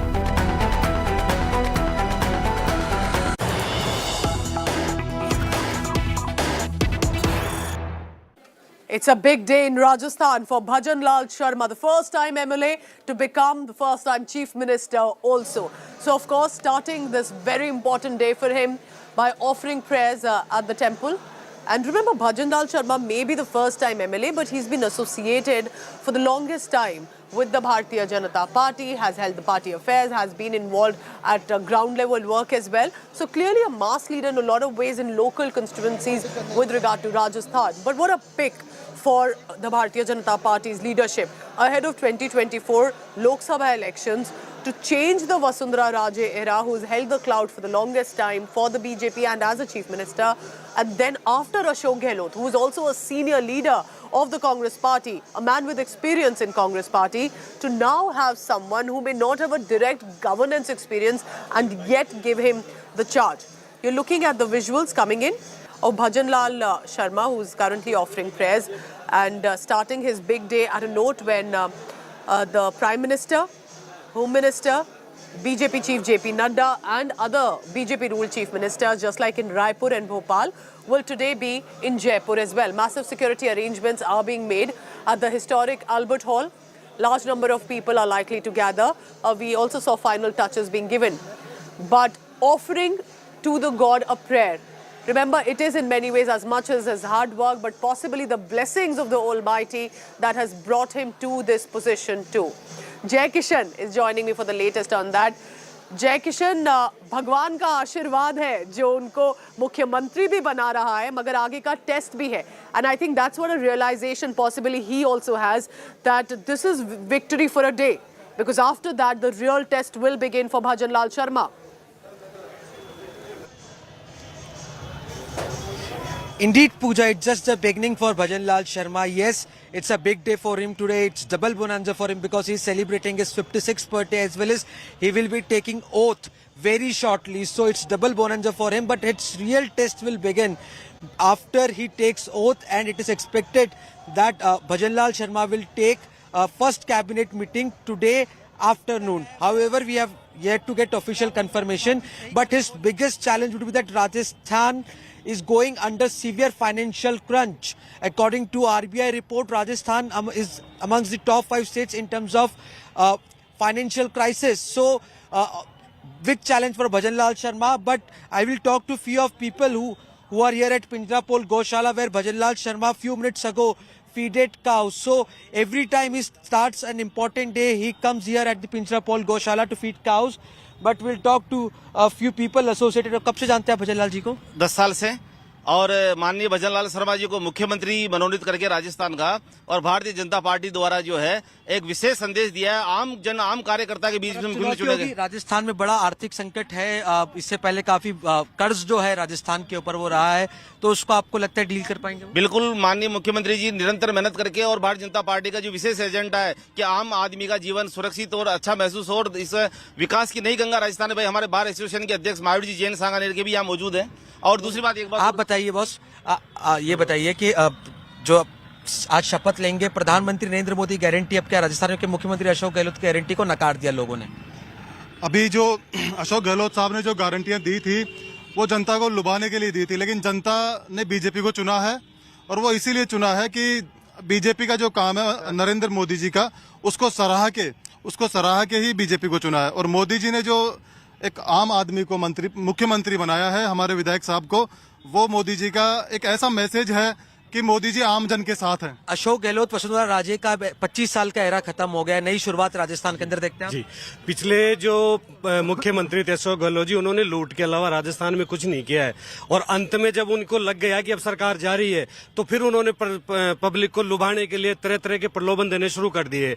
अब ये क्या है कि कर्जा छोड़ के गए हैं, आप देख रहे हैं सनातन संस्कृति का उदय हो रहा है, लोग जय श्री राम के नारे लगा रहे हैं, पब्लिक जाग गई, अब इनकी लूट की सबकी दुकानें बंद हो गई है। So see Pooja, definitely people are also excited to witness a new era in Rajasthan politics. Bhajanlal Sharma will take oath within hours, and Kishan, you are telling us, for the viewer who may not know, not only does Bhajanlal Sharma become the chief minister today, but he is becoming the chief minister on his birthday. 56 years old, 15 December is the birthday, and then also the birth of the new chief minister for the state of Rajasthan, and it's going to be a big ceremony also for the state of Rajasthan.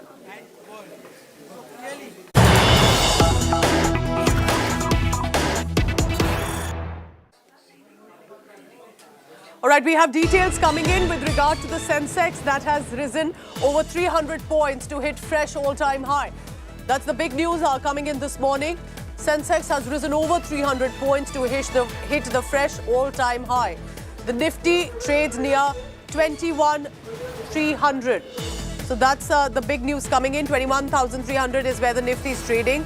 The Sensex pack has surged 339 points to hit a lifetime high. And we are being also told with the information coming in, while the broader NSE Nifty index moved 115 points up to touch a record high of 21,298.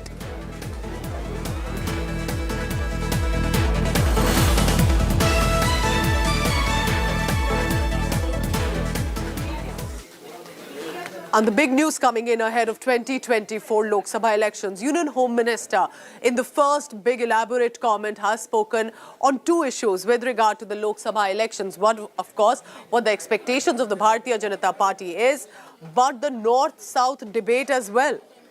Amit Shah says he's confident of his cadre's victory in the upcoming grand finale of elections. And speaking at India Today's agenda, Amit Shah has said that Bharatiya Janata Party's victory is certain.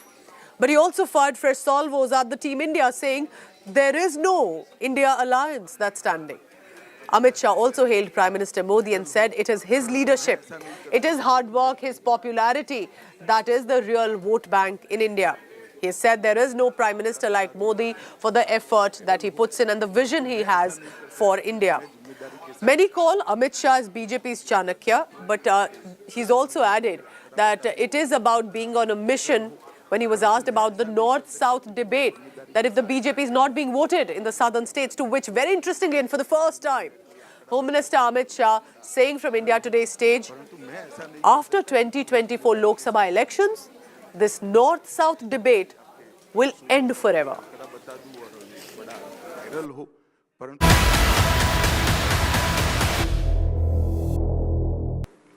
न केवल भारत, दुनिया भर की democracy के इतिहास में ये तीनों क्षेत्र के अंदर बरोबर 10 साल तक अपने आप को पीछे रखकर, देश को आगे रखकर, अपने आप को पीछे रखकर, पार्टी को आगे रखकर, अपने आप को पीछे रखकर, सिद्धांतों को आगे रखकर अगर किसी ने इस प्रकार से नेतृत्व किया है तो ऐसा उदाहरण मिलना बहुत असंभव है। आप जो हमेशा ढूंढते रहते हो, कभी मेरा चश्मा लेकर ढूंढ लो तो मालूम पड़ जाएगा। जीत का एकमात्र कारण है नरेंद्र मोदी और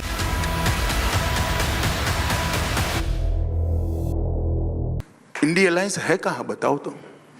वो तो मैं आपको पूछता हूं, एक एक राज्य, कश्मीर पहले से एक अलायंस बना हुआ है, इससे क्या ऐड होगा? पंजाब में हो नहीं रहा है, हिमाचल में भारत और भाजपा और पंजाब में वो होप करेंगे हो जाएगा। नहीं हो रहा है ना अभी। हिमाचल भाजपा कांग्रेस सीधी फाइट है, दिल्ली में हो नहीं रहा है, हरियाणा सीधी फाइट है, फिर आगे चले जाओ राजस्थान, मध्य प्रदेश, छत्तीसगढ़ सीधी फाइट है, गुजरात सीधी फाइट है, महाराष्ट्र में पहले से हो रखा है, बिहार में पहले से हो रखा है, बंगाल में हो नहीं रहा है, उड़ीसा में हो नहीं रहा है, नॉर्थ ईस्ट में हो नहीं रहा है, तेलंगाना में हो नहीं रहा है, आंध्र प्रदेश में हो नहीं रहा है, तमिलनाडु में पहले से बना हुआ है, केरल में हो नहीं रहा है। तुम INDI alliance,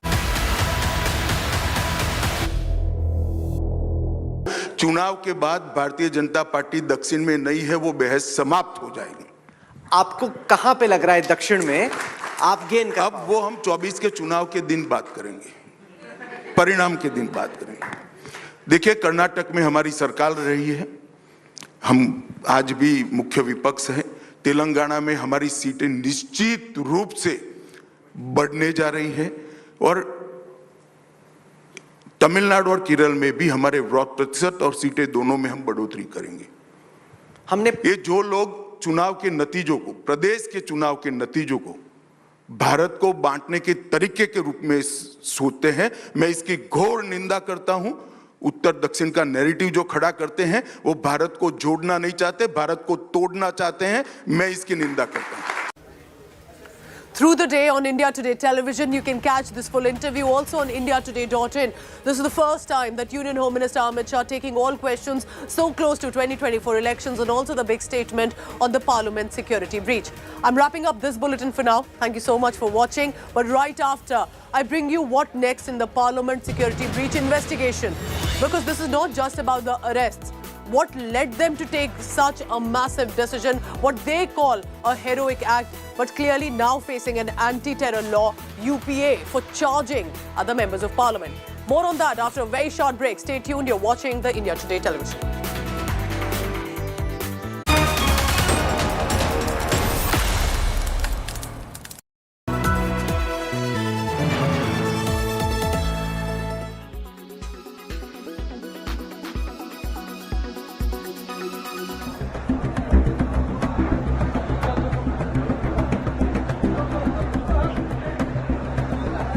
Queues for darshan that last up to 13 hours. Sabarimala is witnessing unprecedented rush. Devotees of Ayyappa coming in thousands every day are facing bottlenecks at multiple locations, from base camp Nilakkal to Pamba river banks to finally the temple itself. An 11-year-old girl from Tamil Nadu died on Saturday while waiting in a queue for darshan. The police say she was suffering from heart ailment. The huge crowds and poor preparations have forced many devotees to return without darshan. The Congress and BJP are blaming the Pinarayi Vijayan government for the mess. The BJP's youth wing staged protests against the government outside the secretariat in Thiruvananthapuram. Kerala Chief Minister Pinarayi Vijayan has rejected opposition charges. The Kerala government has decided to reduce the virtual queue booking limit by 10,000, setting a new maximum at 80,000 per day, down from the previous cap of 90,000. The bolster safety measures, a special rescue ambulance service, Kanivu 108, has started.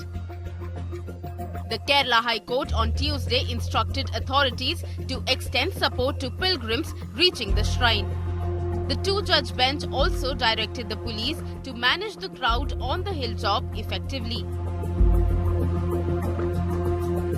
While we remember the 2018 Sabarimala chapter that rocked Kerala politics before the 2019 general election, We are seeing one more time Sabarimala becoming the hot topic of Kerala politics before another general election.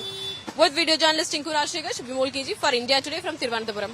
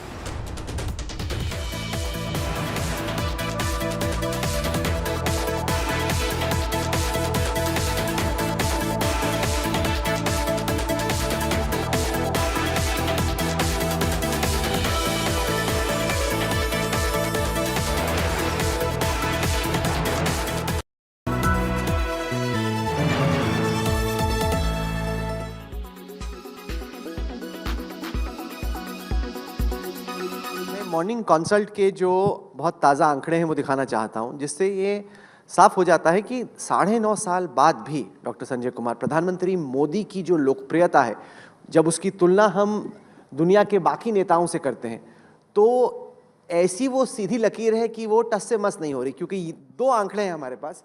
पहले तो ये देखिए कि ये है प्रधानमंत्री मोदी की approval rating, कितने लोग चाहते हैं कि वो फिर से आए, कितने लोगों को लग रहा है कि अच्छा काम कर रहे हैं, कितने लोगों को लग रहा है कि खराब काम कर रहे हैं।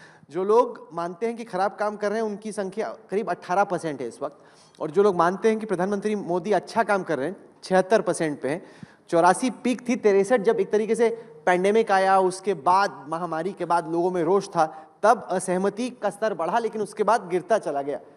क्या आप, जब आप अंतर्राष्ट्रीय स्तर पर तुलना करते हैं डॉक्टर कुमार, क्या आपने कभी इस तरह की चीज देखी है हाल के राजनीतिक इतिहास में?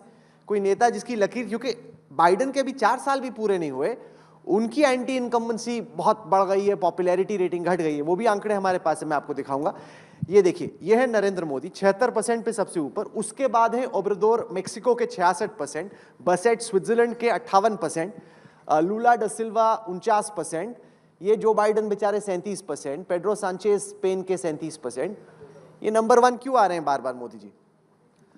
देखिए राहुल, जब हम देश में सर्वे करते हैं और उसमें जब प्रधानमंत्री नरेंद्र मोदी की पॉपुलैरिटी बहुत हाई दिखाई पड़ती है तो हमें बहुत आश्चर्य नहीं होता है, क्योंकि एक तो उनके काम को लोग सराहते हैं, उसके कारण लोग उन्हें पसंद करते हैं, और दूसरा जिसका जिक्र संदीप शास्त्री कर रहे थे कि मजबूरी का मतलब कोई विपक्ष में नहीं है, उसके कारण उनकी पॉपुलैरिटी और बढ़ती है।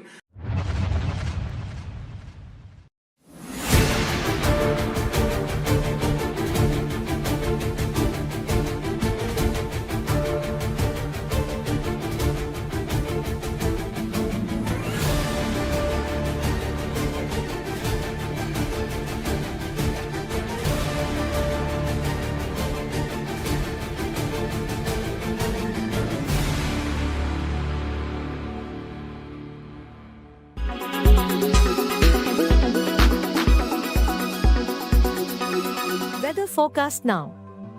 Delhi, maximum 24 and minimum 10 degrees. Mumbai, maximum 29 and minimum 24 degrees. Kolkata, maximum 26 and minimum 12 degrees. Bangalore, maximum 26 and minimum 17 degrees. Chennai, maximum 26 and minimum 24 degrees. Hyderabad, maximum 27 and minimum 15 degrees.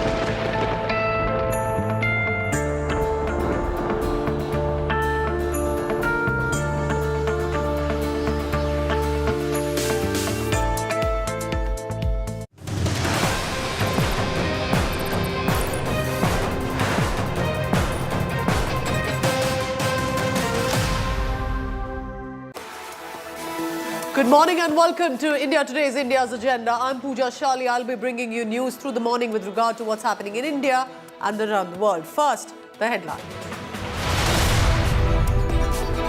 The big story coming in from the Parliament security breach issue. The main conspirator, as seen Lalit, who had been absconding for now, has surrendered before the cops.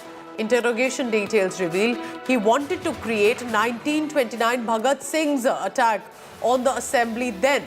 Lalit's escape plan has been accessed.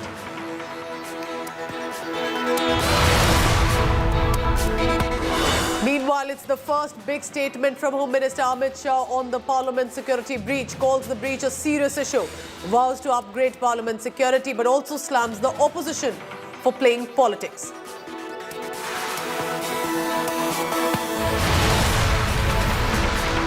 After massive state of war smash, Amit Shah speaks on 2024 grand finale. TMC leader Lalit Jha's pictures emerge. And this time, with regard to while the TMC says we do not recognize him, but this has become a huge political showdown and has led to massive attacks by the government to India Alliance, while India Alliance says it is the government's responsibility with regard to the security.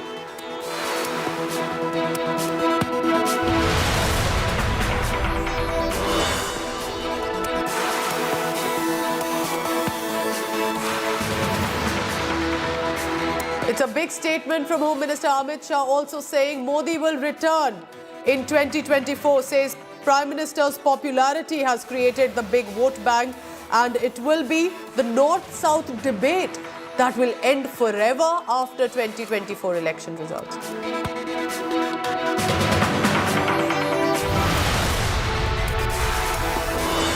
Sensex and Nifty reach an all-time high. Sensex has risen above 300 points, breaking records. Nifty index has also risen to 115 points, near 21,300. It's an all-time high with Sensex and Nifty that we have seen.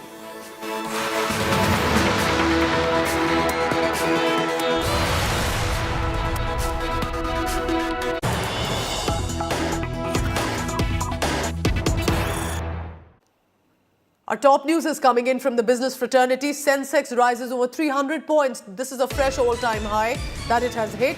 Nifty trades near 21,300. Now the Sensex pack has surged 339 points to hit a lifetime high. While the broader NSE Nifty index has also moved 115 points up to touch a record high. Shailendra Bhatnagar is joining me now from Business Today for the details on this. Shailendra, do also break it down for the viewer, or what precisely is this? This is clearly an all-time high. It's a big news for Nifty specifically, but do help us understand why is this such a significant development? Thank you first of all for having me here, and we've been having a party on the Lal Street. I think the Christmas party has come a bit earlier, and the reason is fairly simple. Just a day before yesterday evening, the US Federal Reserve in America said that they are done with their interest rate cycle in terms of hiking rates, and in 2024 there will be good news that interest rates will come down.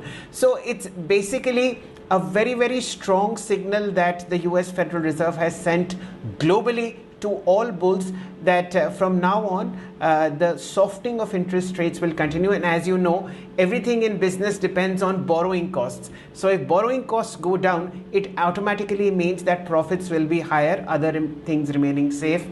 Therefore, you see this very, very strong rally that's happening across the board, and especially in India. 2 weeks ago, we had this wonderful electoral victory that was very well appreciated by the market of the BJP, and just a day before yesterday we have this wonderful news coming in. So it's totally an Amrit Kal that's happening on Indian stock markets, and that's the reason why you see this fantastic move on the Sensex and the Nifty towards the record high. Ma'am. I appreciate how you're bringing in the social, political angles as well, because that is true. We think that the business fraternity or the market is currently completely isolated from the developments, but there is definitely a connection somewhere that does impact as well. Can you tell us, Shailendra, if there are some big gainers here Which are that big gainers specifically because of that rise? How does it impact the business community as well? Okay, the first thing that I'd like to point out that everything across the economy is interlinked. We watch elections with as much enthusiasm and how should I say rigor as you do, and that's the reason there is this huge party happening. But the biggest point that I'd like to make here is that there seems to be continuity. This is what the market is believing. Continuity in the government, continuity in the policies, and therefore the biggest gainers are actually the government companies, especially railway stocks. There has been a runaway demand for companies like IRFC, companies like the recently listed IREDA. This is the renewable energy space. The entire fertilizer SPAC is doing very well. Defense counters are doing well. So our understanding in the market is that the policies that Mr. Narendra Modi, the Prime Minister of India, has put into place over the last 10 years are most likely to continue post-May, because the semi-final that happened in the 3 state elections saw the BJP handsomely winning with huge majorities, and that's the continuity that the market is appreciating, and that is something which is adding a lot of enthusiasm as far as bulls are concerned. Yes. I cannot even begin to tell you how much of fresh money is coming into markets, and that's the reason for this bull run, ma'am. Incredible. Indian stock market that has witnessed overnight this sudden jump, and clearly, as Shailendra is telling us, remember, this is as much a cheer, but it's also important because for a rising power like India to have an economy that's stable, to have a stock market that is rising, while there are, of course, stable governments in states and centre, all of this collectively helps the country too. Appreciate you joining us, Shailendra Bhattagar, with the Sensex and Nifty that are reaching all-time high and breaking it down for us.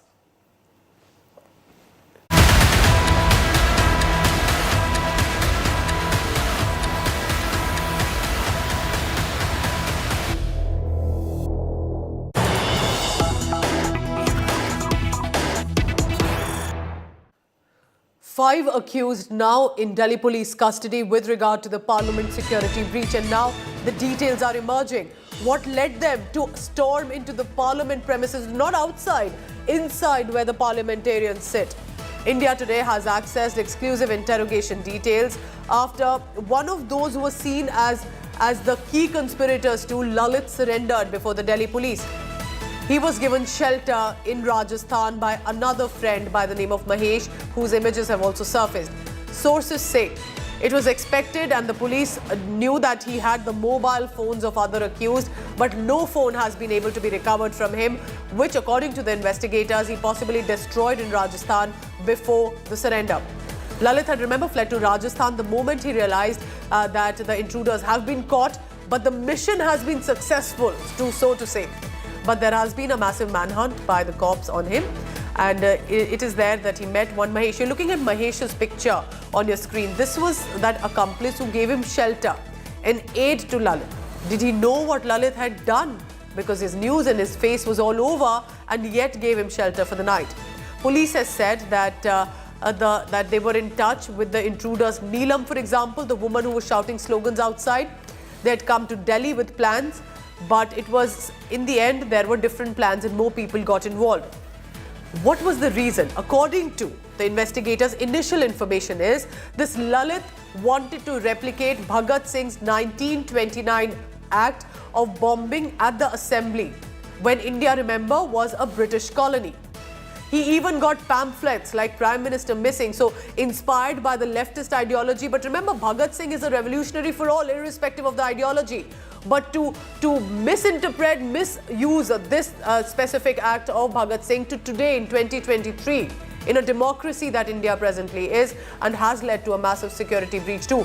Police will likely seek the remand as much for Mahesh as for Lalit.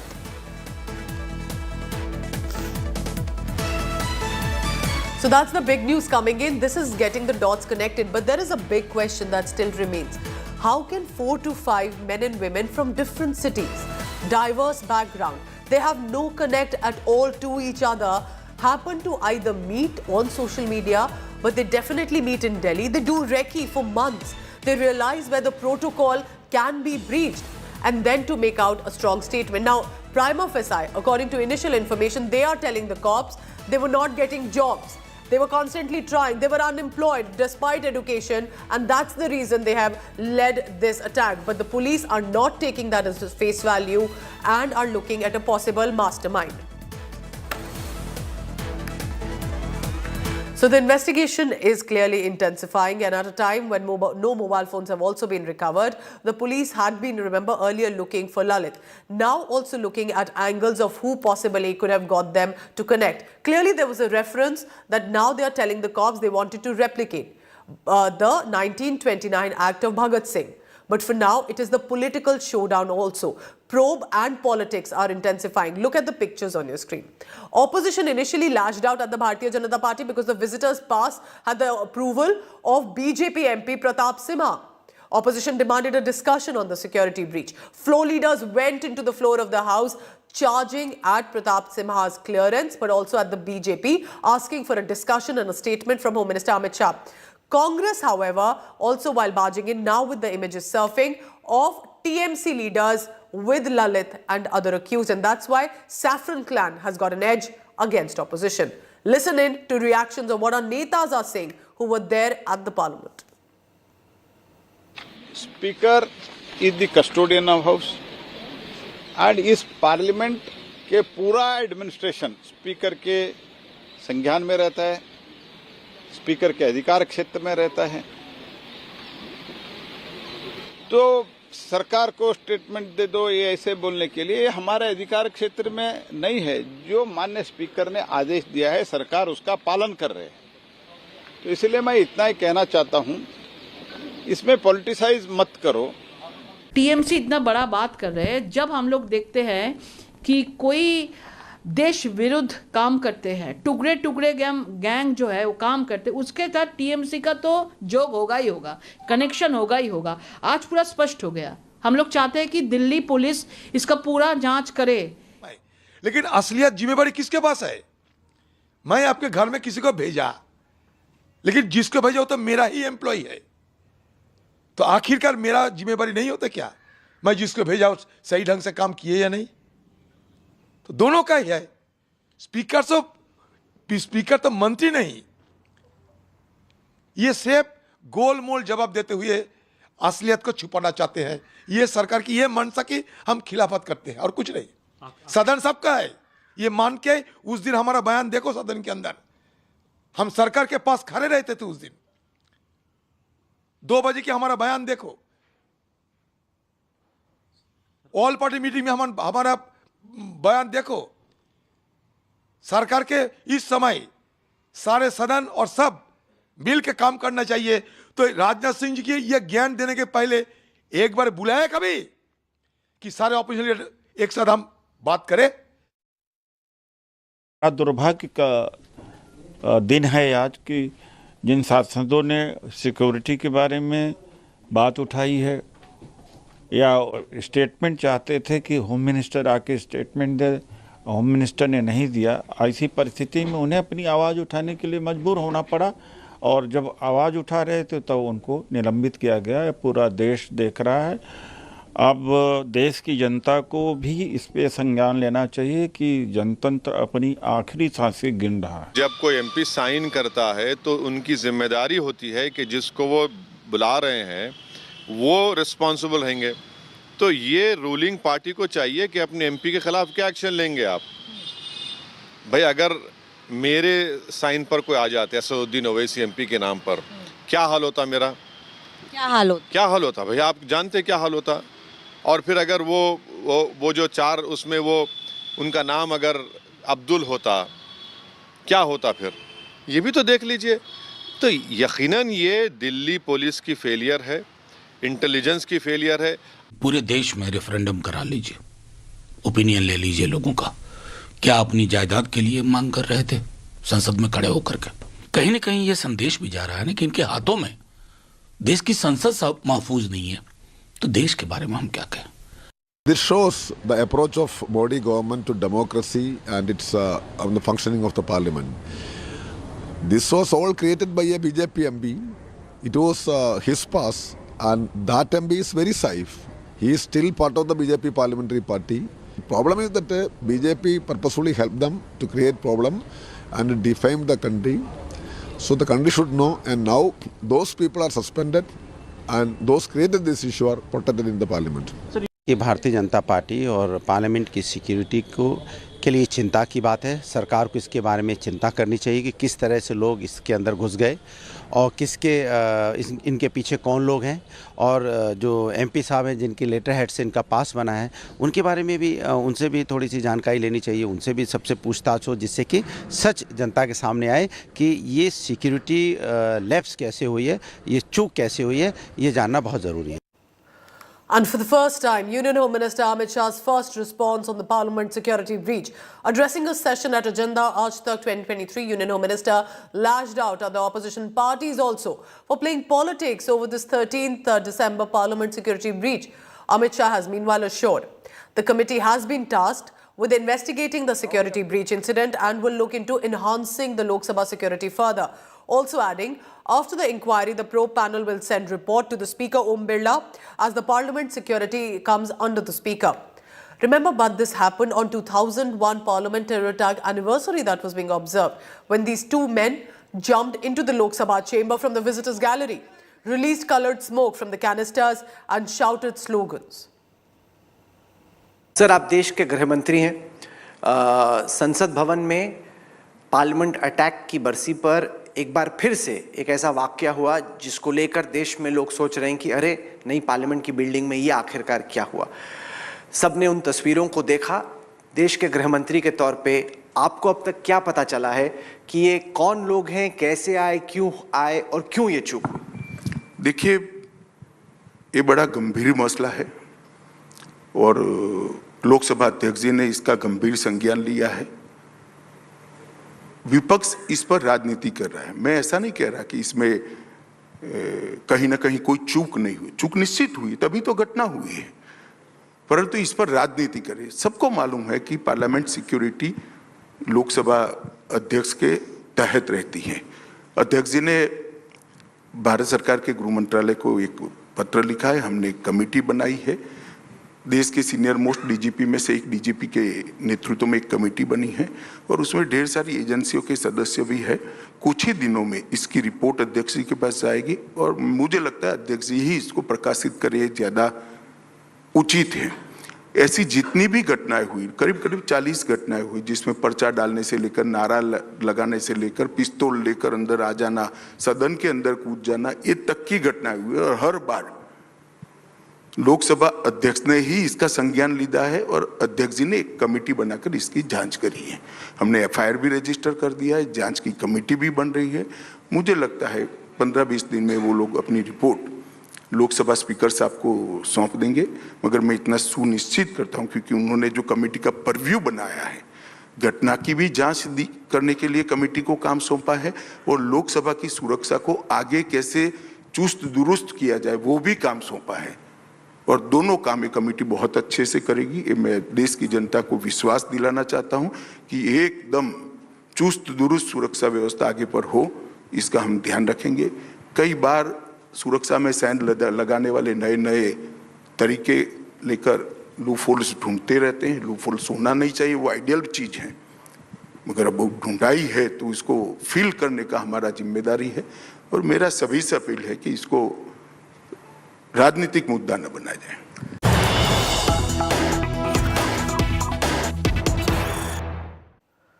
In this parliament security breach, social media finds an important role, the role of misuse with regard to how it can be used for provocation and radicalization.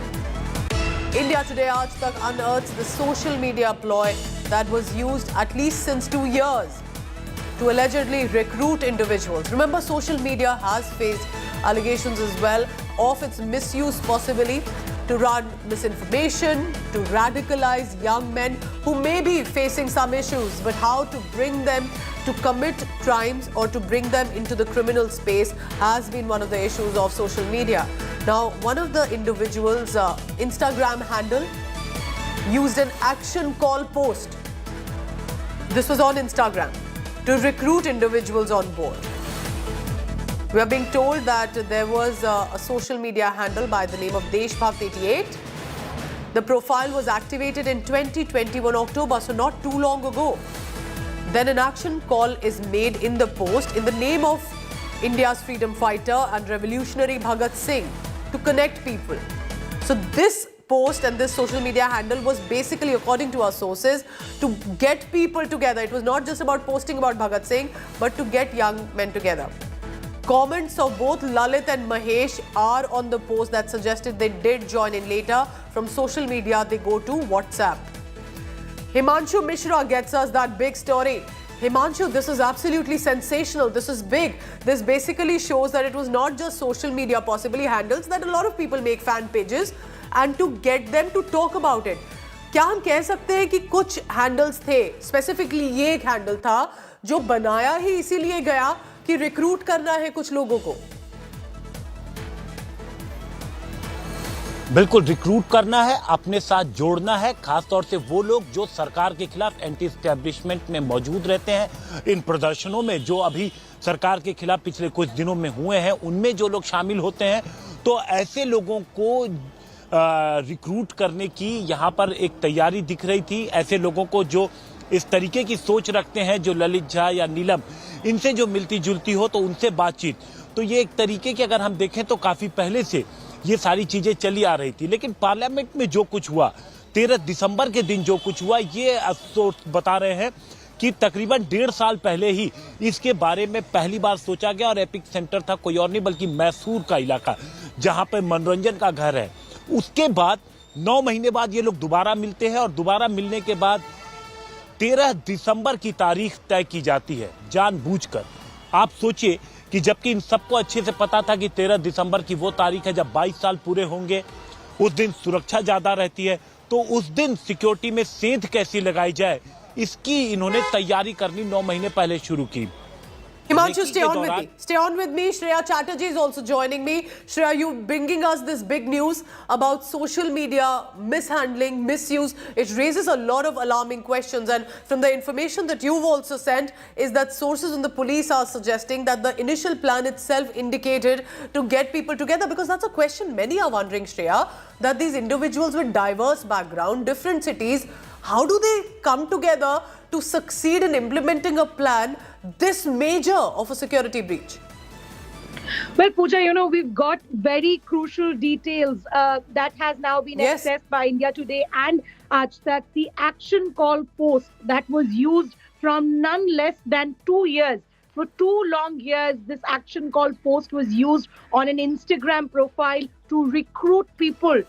We have gone through the details of these and we're also learning that several members had shared their phone numbers to join on a WhatsApp group that was then opened in the name of Bhagat Singh Fan Club page. Subsequently, this was the WhatsApp group which was also used to hatch the entire parliament attack conspiracy. We've learned that both Lalit, Mahesh and the likes of them, they had commented on this action call post to join the WhatsApp group, and we do know that what unfolded next. Now, what the initial investigation is now looking at is to unearth who were behind this particular page. Initial reports suggest that Sagar from Lucknow was one of the old members in this particular page, but who is the owner is something that the Delhi police is right now trying to understand, because that will give a clarity on who the mastermind was to plan this, to recruit people, and then subsequently, in the name of Bhagat Singh, add fuel in the minds of the youth, and then they go on to carry out this particular parliament attack. Stay on with me, Shreya, because while with the information that Shreya Chatterjee has also sent, very clearly remember why we are saying this was not a social media fan page. This was an action call. The main post to which Mahesh and others were also reacting and putting their state name, city name, that they are ready to join. It said, we only believe in action. We don't believe in just simply talking about it. We're against the Bharatiya Janata Party. We are against some of the social evil issues like unemployment, law and order, etc. But we only believe in action. Could this have been alarming itself in the first place? What was the action that they were referring to? Possibly the connect that we can see now. Shreya, stay on with me. Himanshu also continues to be with us. Himanshu, before I come to you, Shreya, how closely are the cops looking at this? Is this just one social media handle that they are aiming it, or perhaps they think this could give them a bigger lead, that this was a plan since 2021? Went by the name of Deshbhakt 88. If we look at that action call, and if we can actually have that exclusive action call post that we have accessed exclusively at India Today and Aaj Tak, that clearly is reading and translating that everyone, everywhere, whichever part of the country you live, if you are ready to be a part of our revolution in the name of Bhagat Singh, please comment, and we will make you join in suggestively a WhatsApp group. So if we can have the visual of that action post, it will give a clarity to our viewers on how the entire modus operandi was hatched. A social media action call for revolution in the name of Bhagat Singh was used to get youth from across the country together. Again, Pooja, it's important to point out that we know the name of 5 to 6 people. But what we are learning from this post, that there could be more and there could be more numbers who were added in this particular WhatsApp group that was actually used to hatch the entire plan. So somewhere down the line, this was a sinister plot that was developing for a very long time. The first post, the first action call post, dates back to October 2021. That is 2 years back. So clearly we can understand the timeline that was actually used to recruit. We'll be shortly putting that out. Shreya, my team will be shortly putting that out, because this perhaps is the lead that the cops were looking for. How did people of different background, 4 to 5 young men and women, decide to come together, succeed in a plan, what they call, Himanshu, I'm coming to you for that.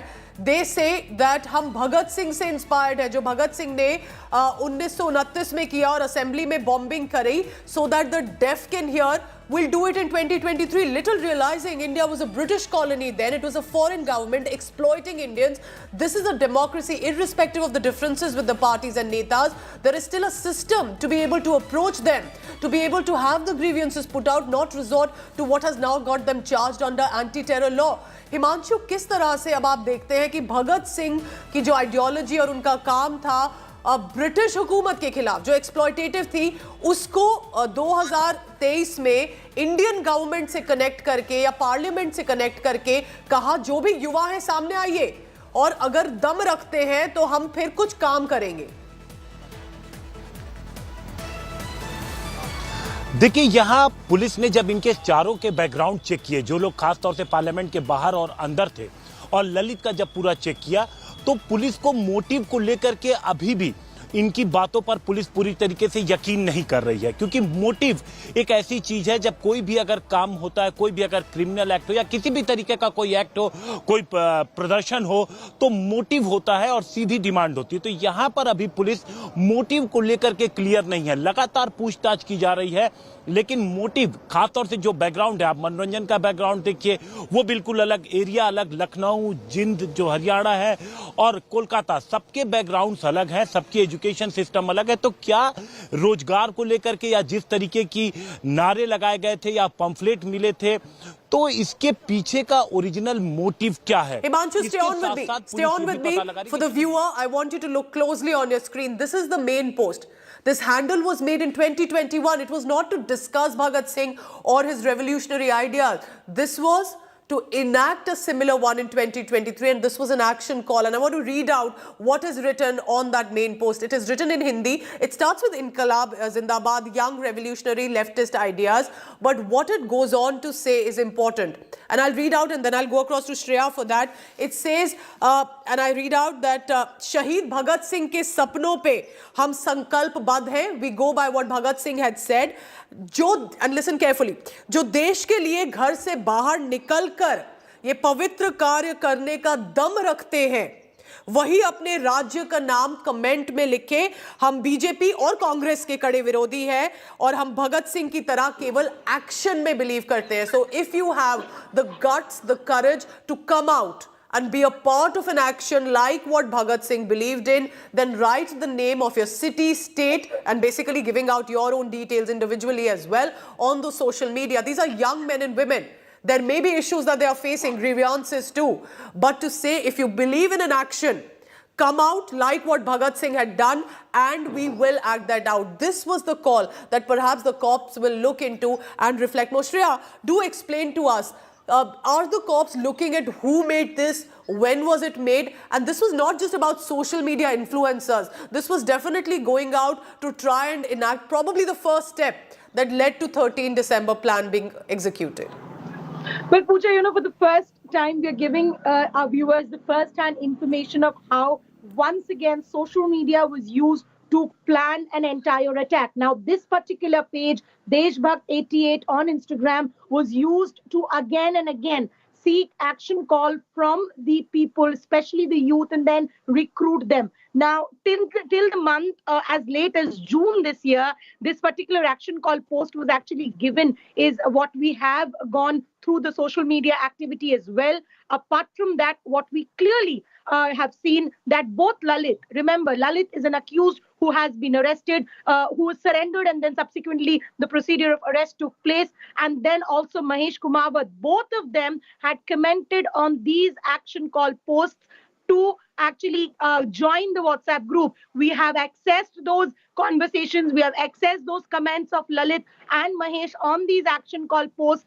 Subsequently, we do understand that's how they were also a part of the WhatsApp group, the same WhatsApp group that we are talking about, which was then also allegedly moved to Signal, is what we are being told, which was used to hatch the entire parliament attack ploy. Right, Shreya Chatterjee continues to be with us. We're showing you what happened in 2021. An anonymous handle by the name of Deshbhakt comes on Instagram, which is where a lot of youngsters of today are frequenting. They are on social media, they're on Instagram. But this specific post says, and we'll take you through the details, it says that this is an action call. We believe in Bhagat Singh's ideology, Bhagat Singh's ideas, and those who have the guts and courage to be a part of action plan against the BJP or the Congress, join us and be a part of this action plan.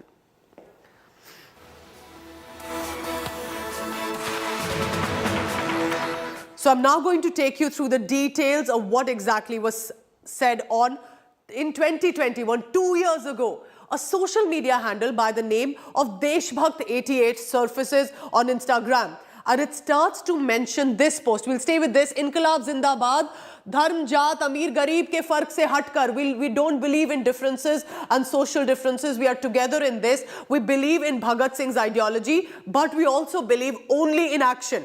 It also says we are against both BJP and Congress. Whoever has the guts to come out of their house, जो देश के लिए बाहर निकल के अपने घर से एक पवित्र कार्य करने के लिए, to do a pure act, if you have the courage, दम रखते हैं, वही अपने राज्य का नाम comments में लिखें. So what we see after this post, as we stay on with this post, it says unemployment, poverty, all of these problems, malnourishment, corruption, we will take action against them. Write your comment in the comment section, write your state and city name. This may seem very harmless. A lot of youngsters may want to do it. But now we know in 2023 how this has a connect. Because in some of the comments, and we'll go across now to the comments also that were found, it was one Mahesh, for example, and others, Lalit included, who was absconding. Both of them have now been arrested. Their names, they had written saying Jai Hind, as you see Lalit Jha. This is the individual here, I'm reading out to you, says Kolkata, West Bengal, Inqilab Zindabad. Now Deshbhakt responds to him. Deshbhakt says here, Inqilab Zindabad, Lalit, WhatsApp par aao.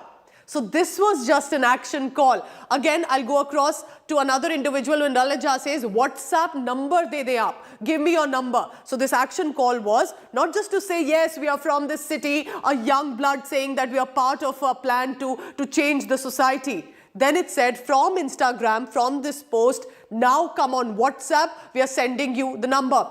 NK Jai Hind is also reference to Mahesh here. There is Lalit Jha and Mahesh who have now been caught from Rajasthan. He says, I'm from Kolkata, West Bengal, Inkilab Zindabad. Deshbhakt immediately replies to say, Inkilab Zindabad, Lalit, WhatsApp par aao. Lalit Jha says, give me your WhatsApp number. And then we now know the conversations that have happened. The mobile phones have not yet been recovered. So the cops are looking at how this is possibly connected. And sadly, young men who were encouraged to take part and become a part of this plan. So now that is what the question that we have been asking. Was it just random 4 individuals who came together because they believed they were aggrieved? They needed to storm the parliament for their grievances? Or who is this Deshbhakt?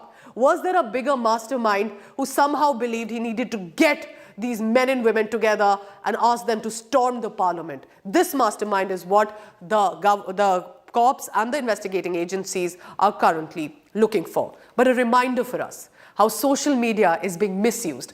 Used to recruit for 2 years. This plan was on. What we thought was a few months ago plan could have actually gone up to 2 years. So who is this Deshbhakt 88? It's an anonymous handle. Remember, there is someone operating with not the real profile.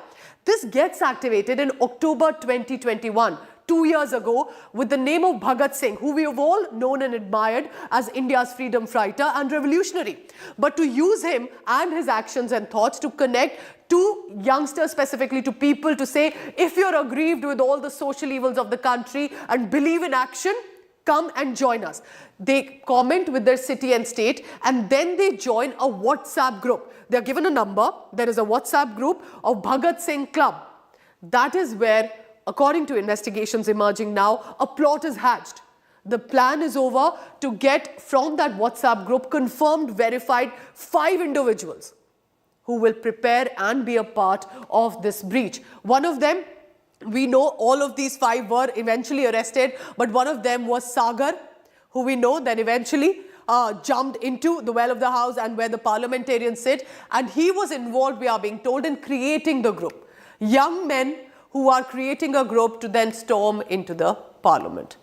And then what happened after that? When they knew their plan is ready, they've done the recce, they've prepared, they wanted to storm in the parliament, create a heroic act. But then on December 10th, they decide to come into Delhi. It was in Gurugram where one of the individuals by the name of Vicky gives them shelter where they stay, this group. Now, whether or not Vicky knew about the plan, there's no clarity of that, if he was aware of the plan hatched. But they land in Delhi, they need a place to stay. They find a residence in Gurugram where all the accused meet.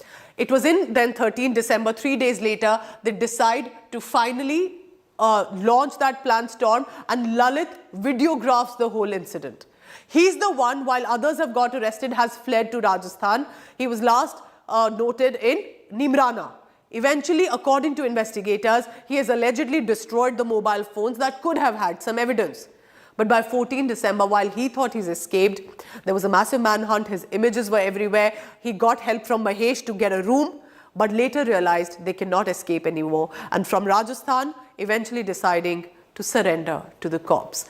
This raises a lot of questions, specifically with regard to social media and how young men and women are encouraged to connect somehow to what happened in 1929 to 2023.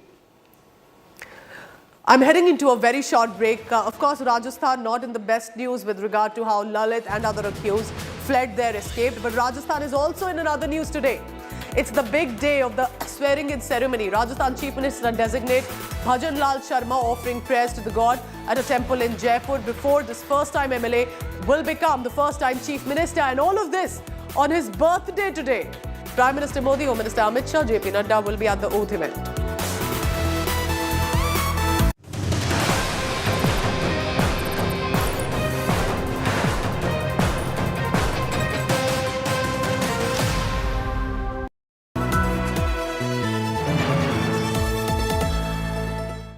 For an immersive journey into the heart of news, politics and insights that matter. Join India Today now on WhatsApp with the #1 election team as we gear up for the upcoming assembly elections. Scan the QR code. Join India Today now on WhatsApp. Follow these steps. Open WhatsApp on your phone. Check for a new updates tab. Select Find Channel and type India Today. After finding the channel, tap the Follow button.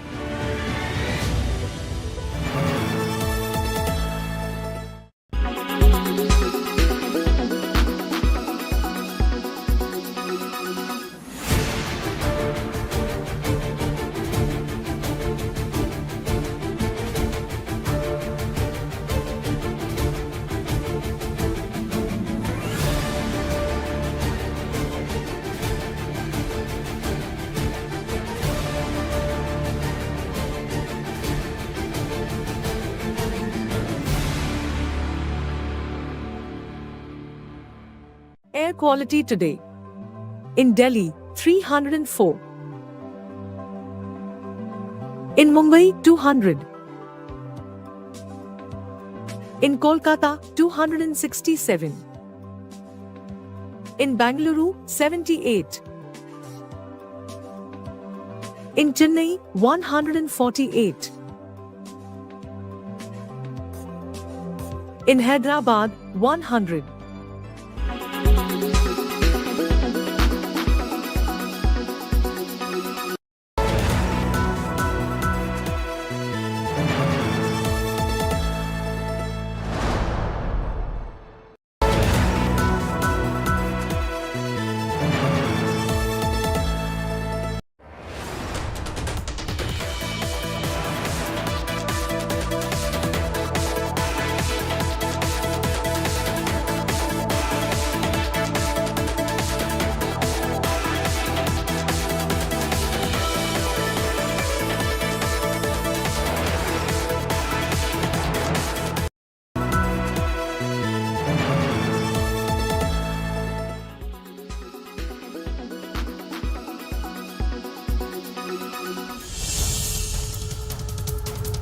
Scaling tables with audacious ease.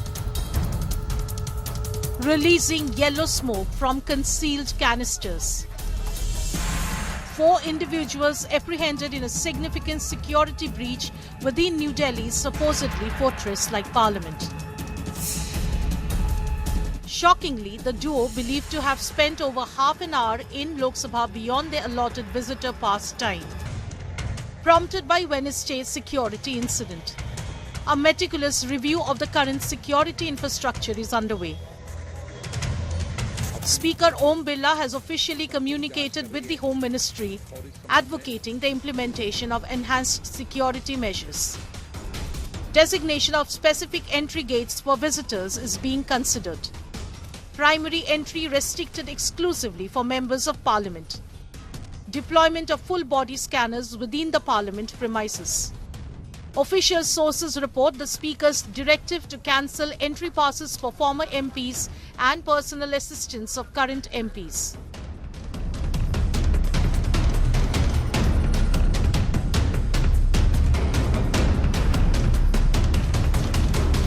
A comprehensive overhaul of the entire parliamentary security apparatus looks imminent, incorporating advanced technology and increased personnel. Bureau Report, India Today.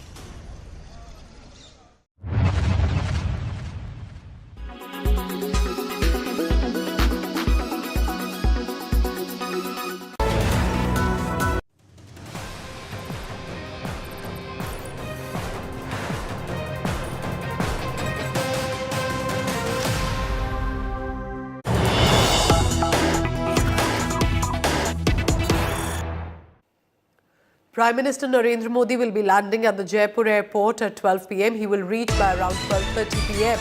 at Albert Hall. The oath ceremony will be between 12:45 p.m. to 1 a.m. So it will be 12:45 to 1 p.m. and we'll be tracking the latest on that. So it's going to be a brief ceremony, very specific, because Prime Minister's protocol is also very specific usually. So it will have to be decided minute to minute of how the ceremony goes ahead. On one side, you see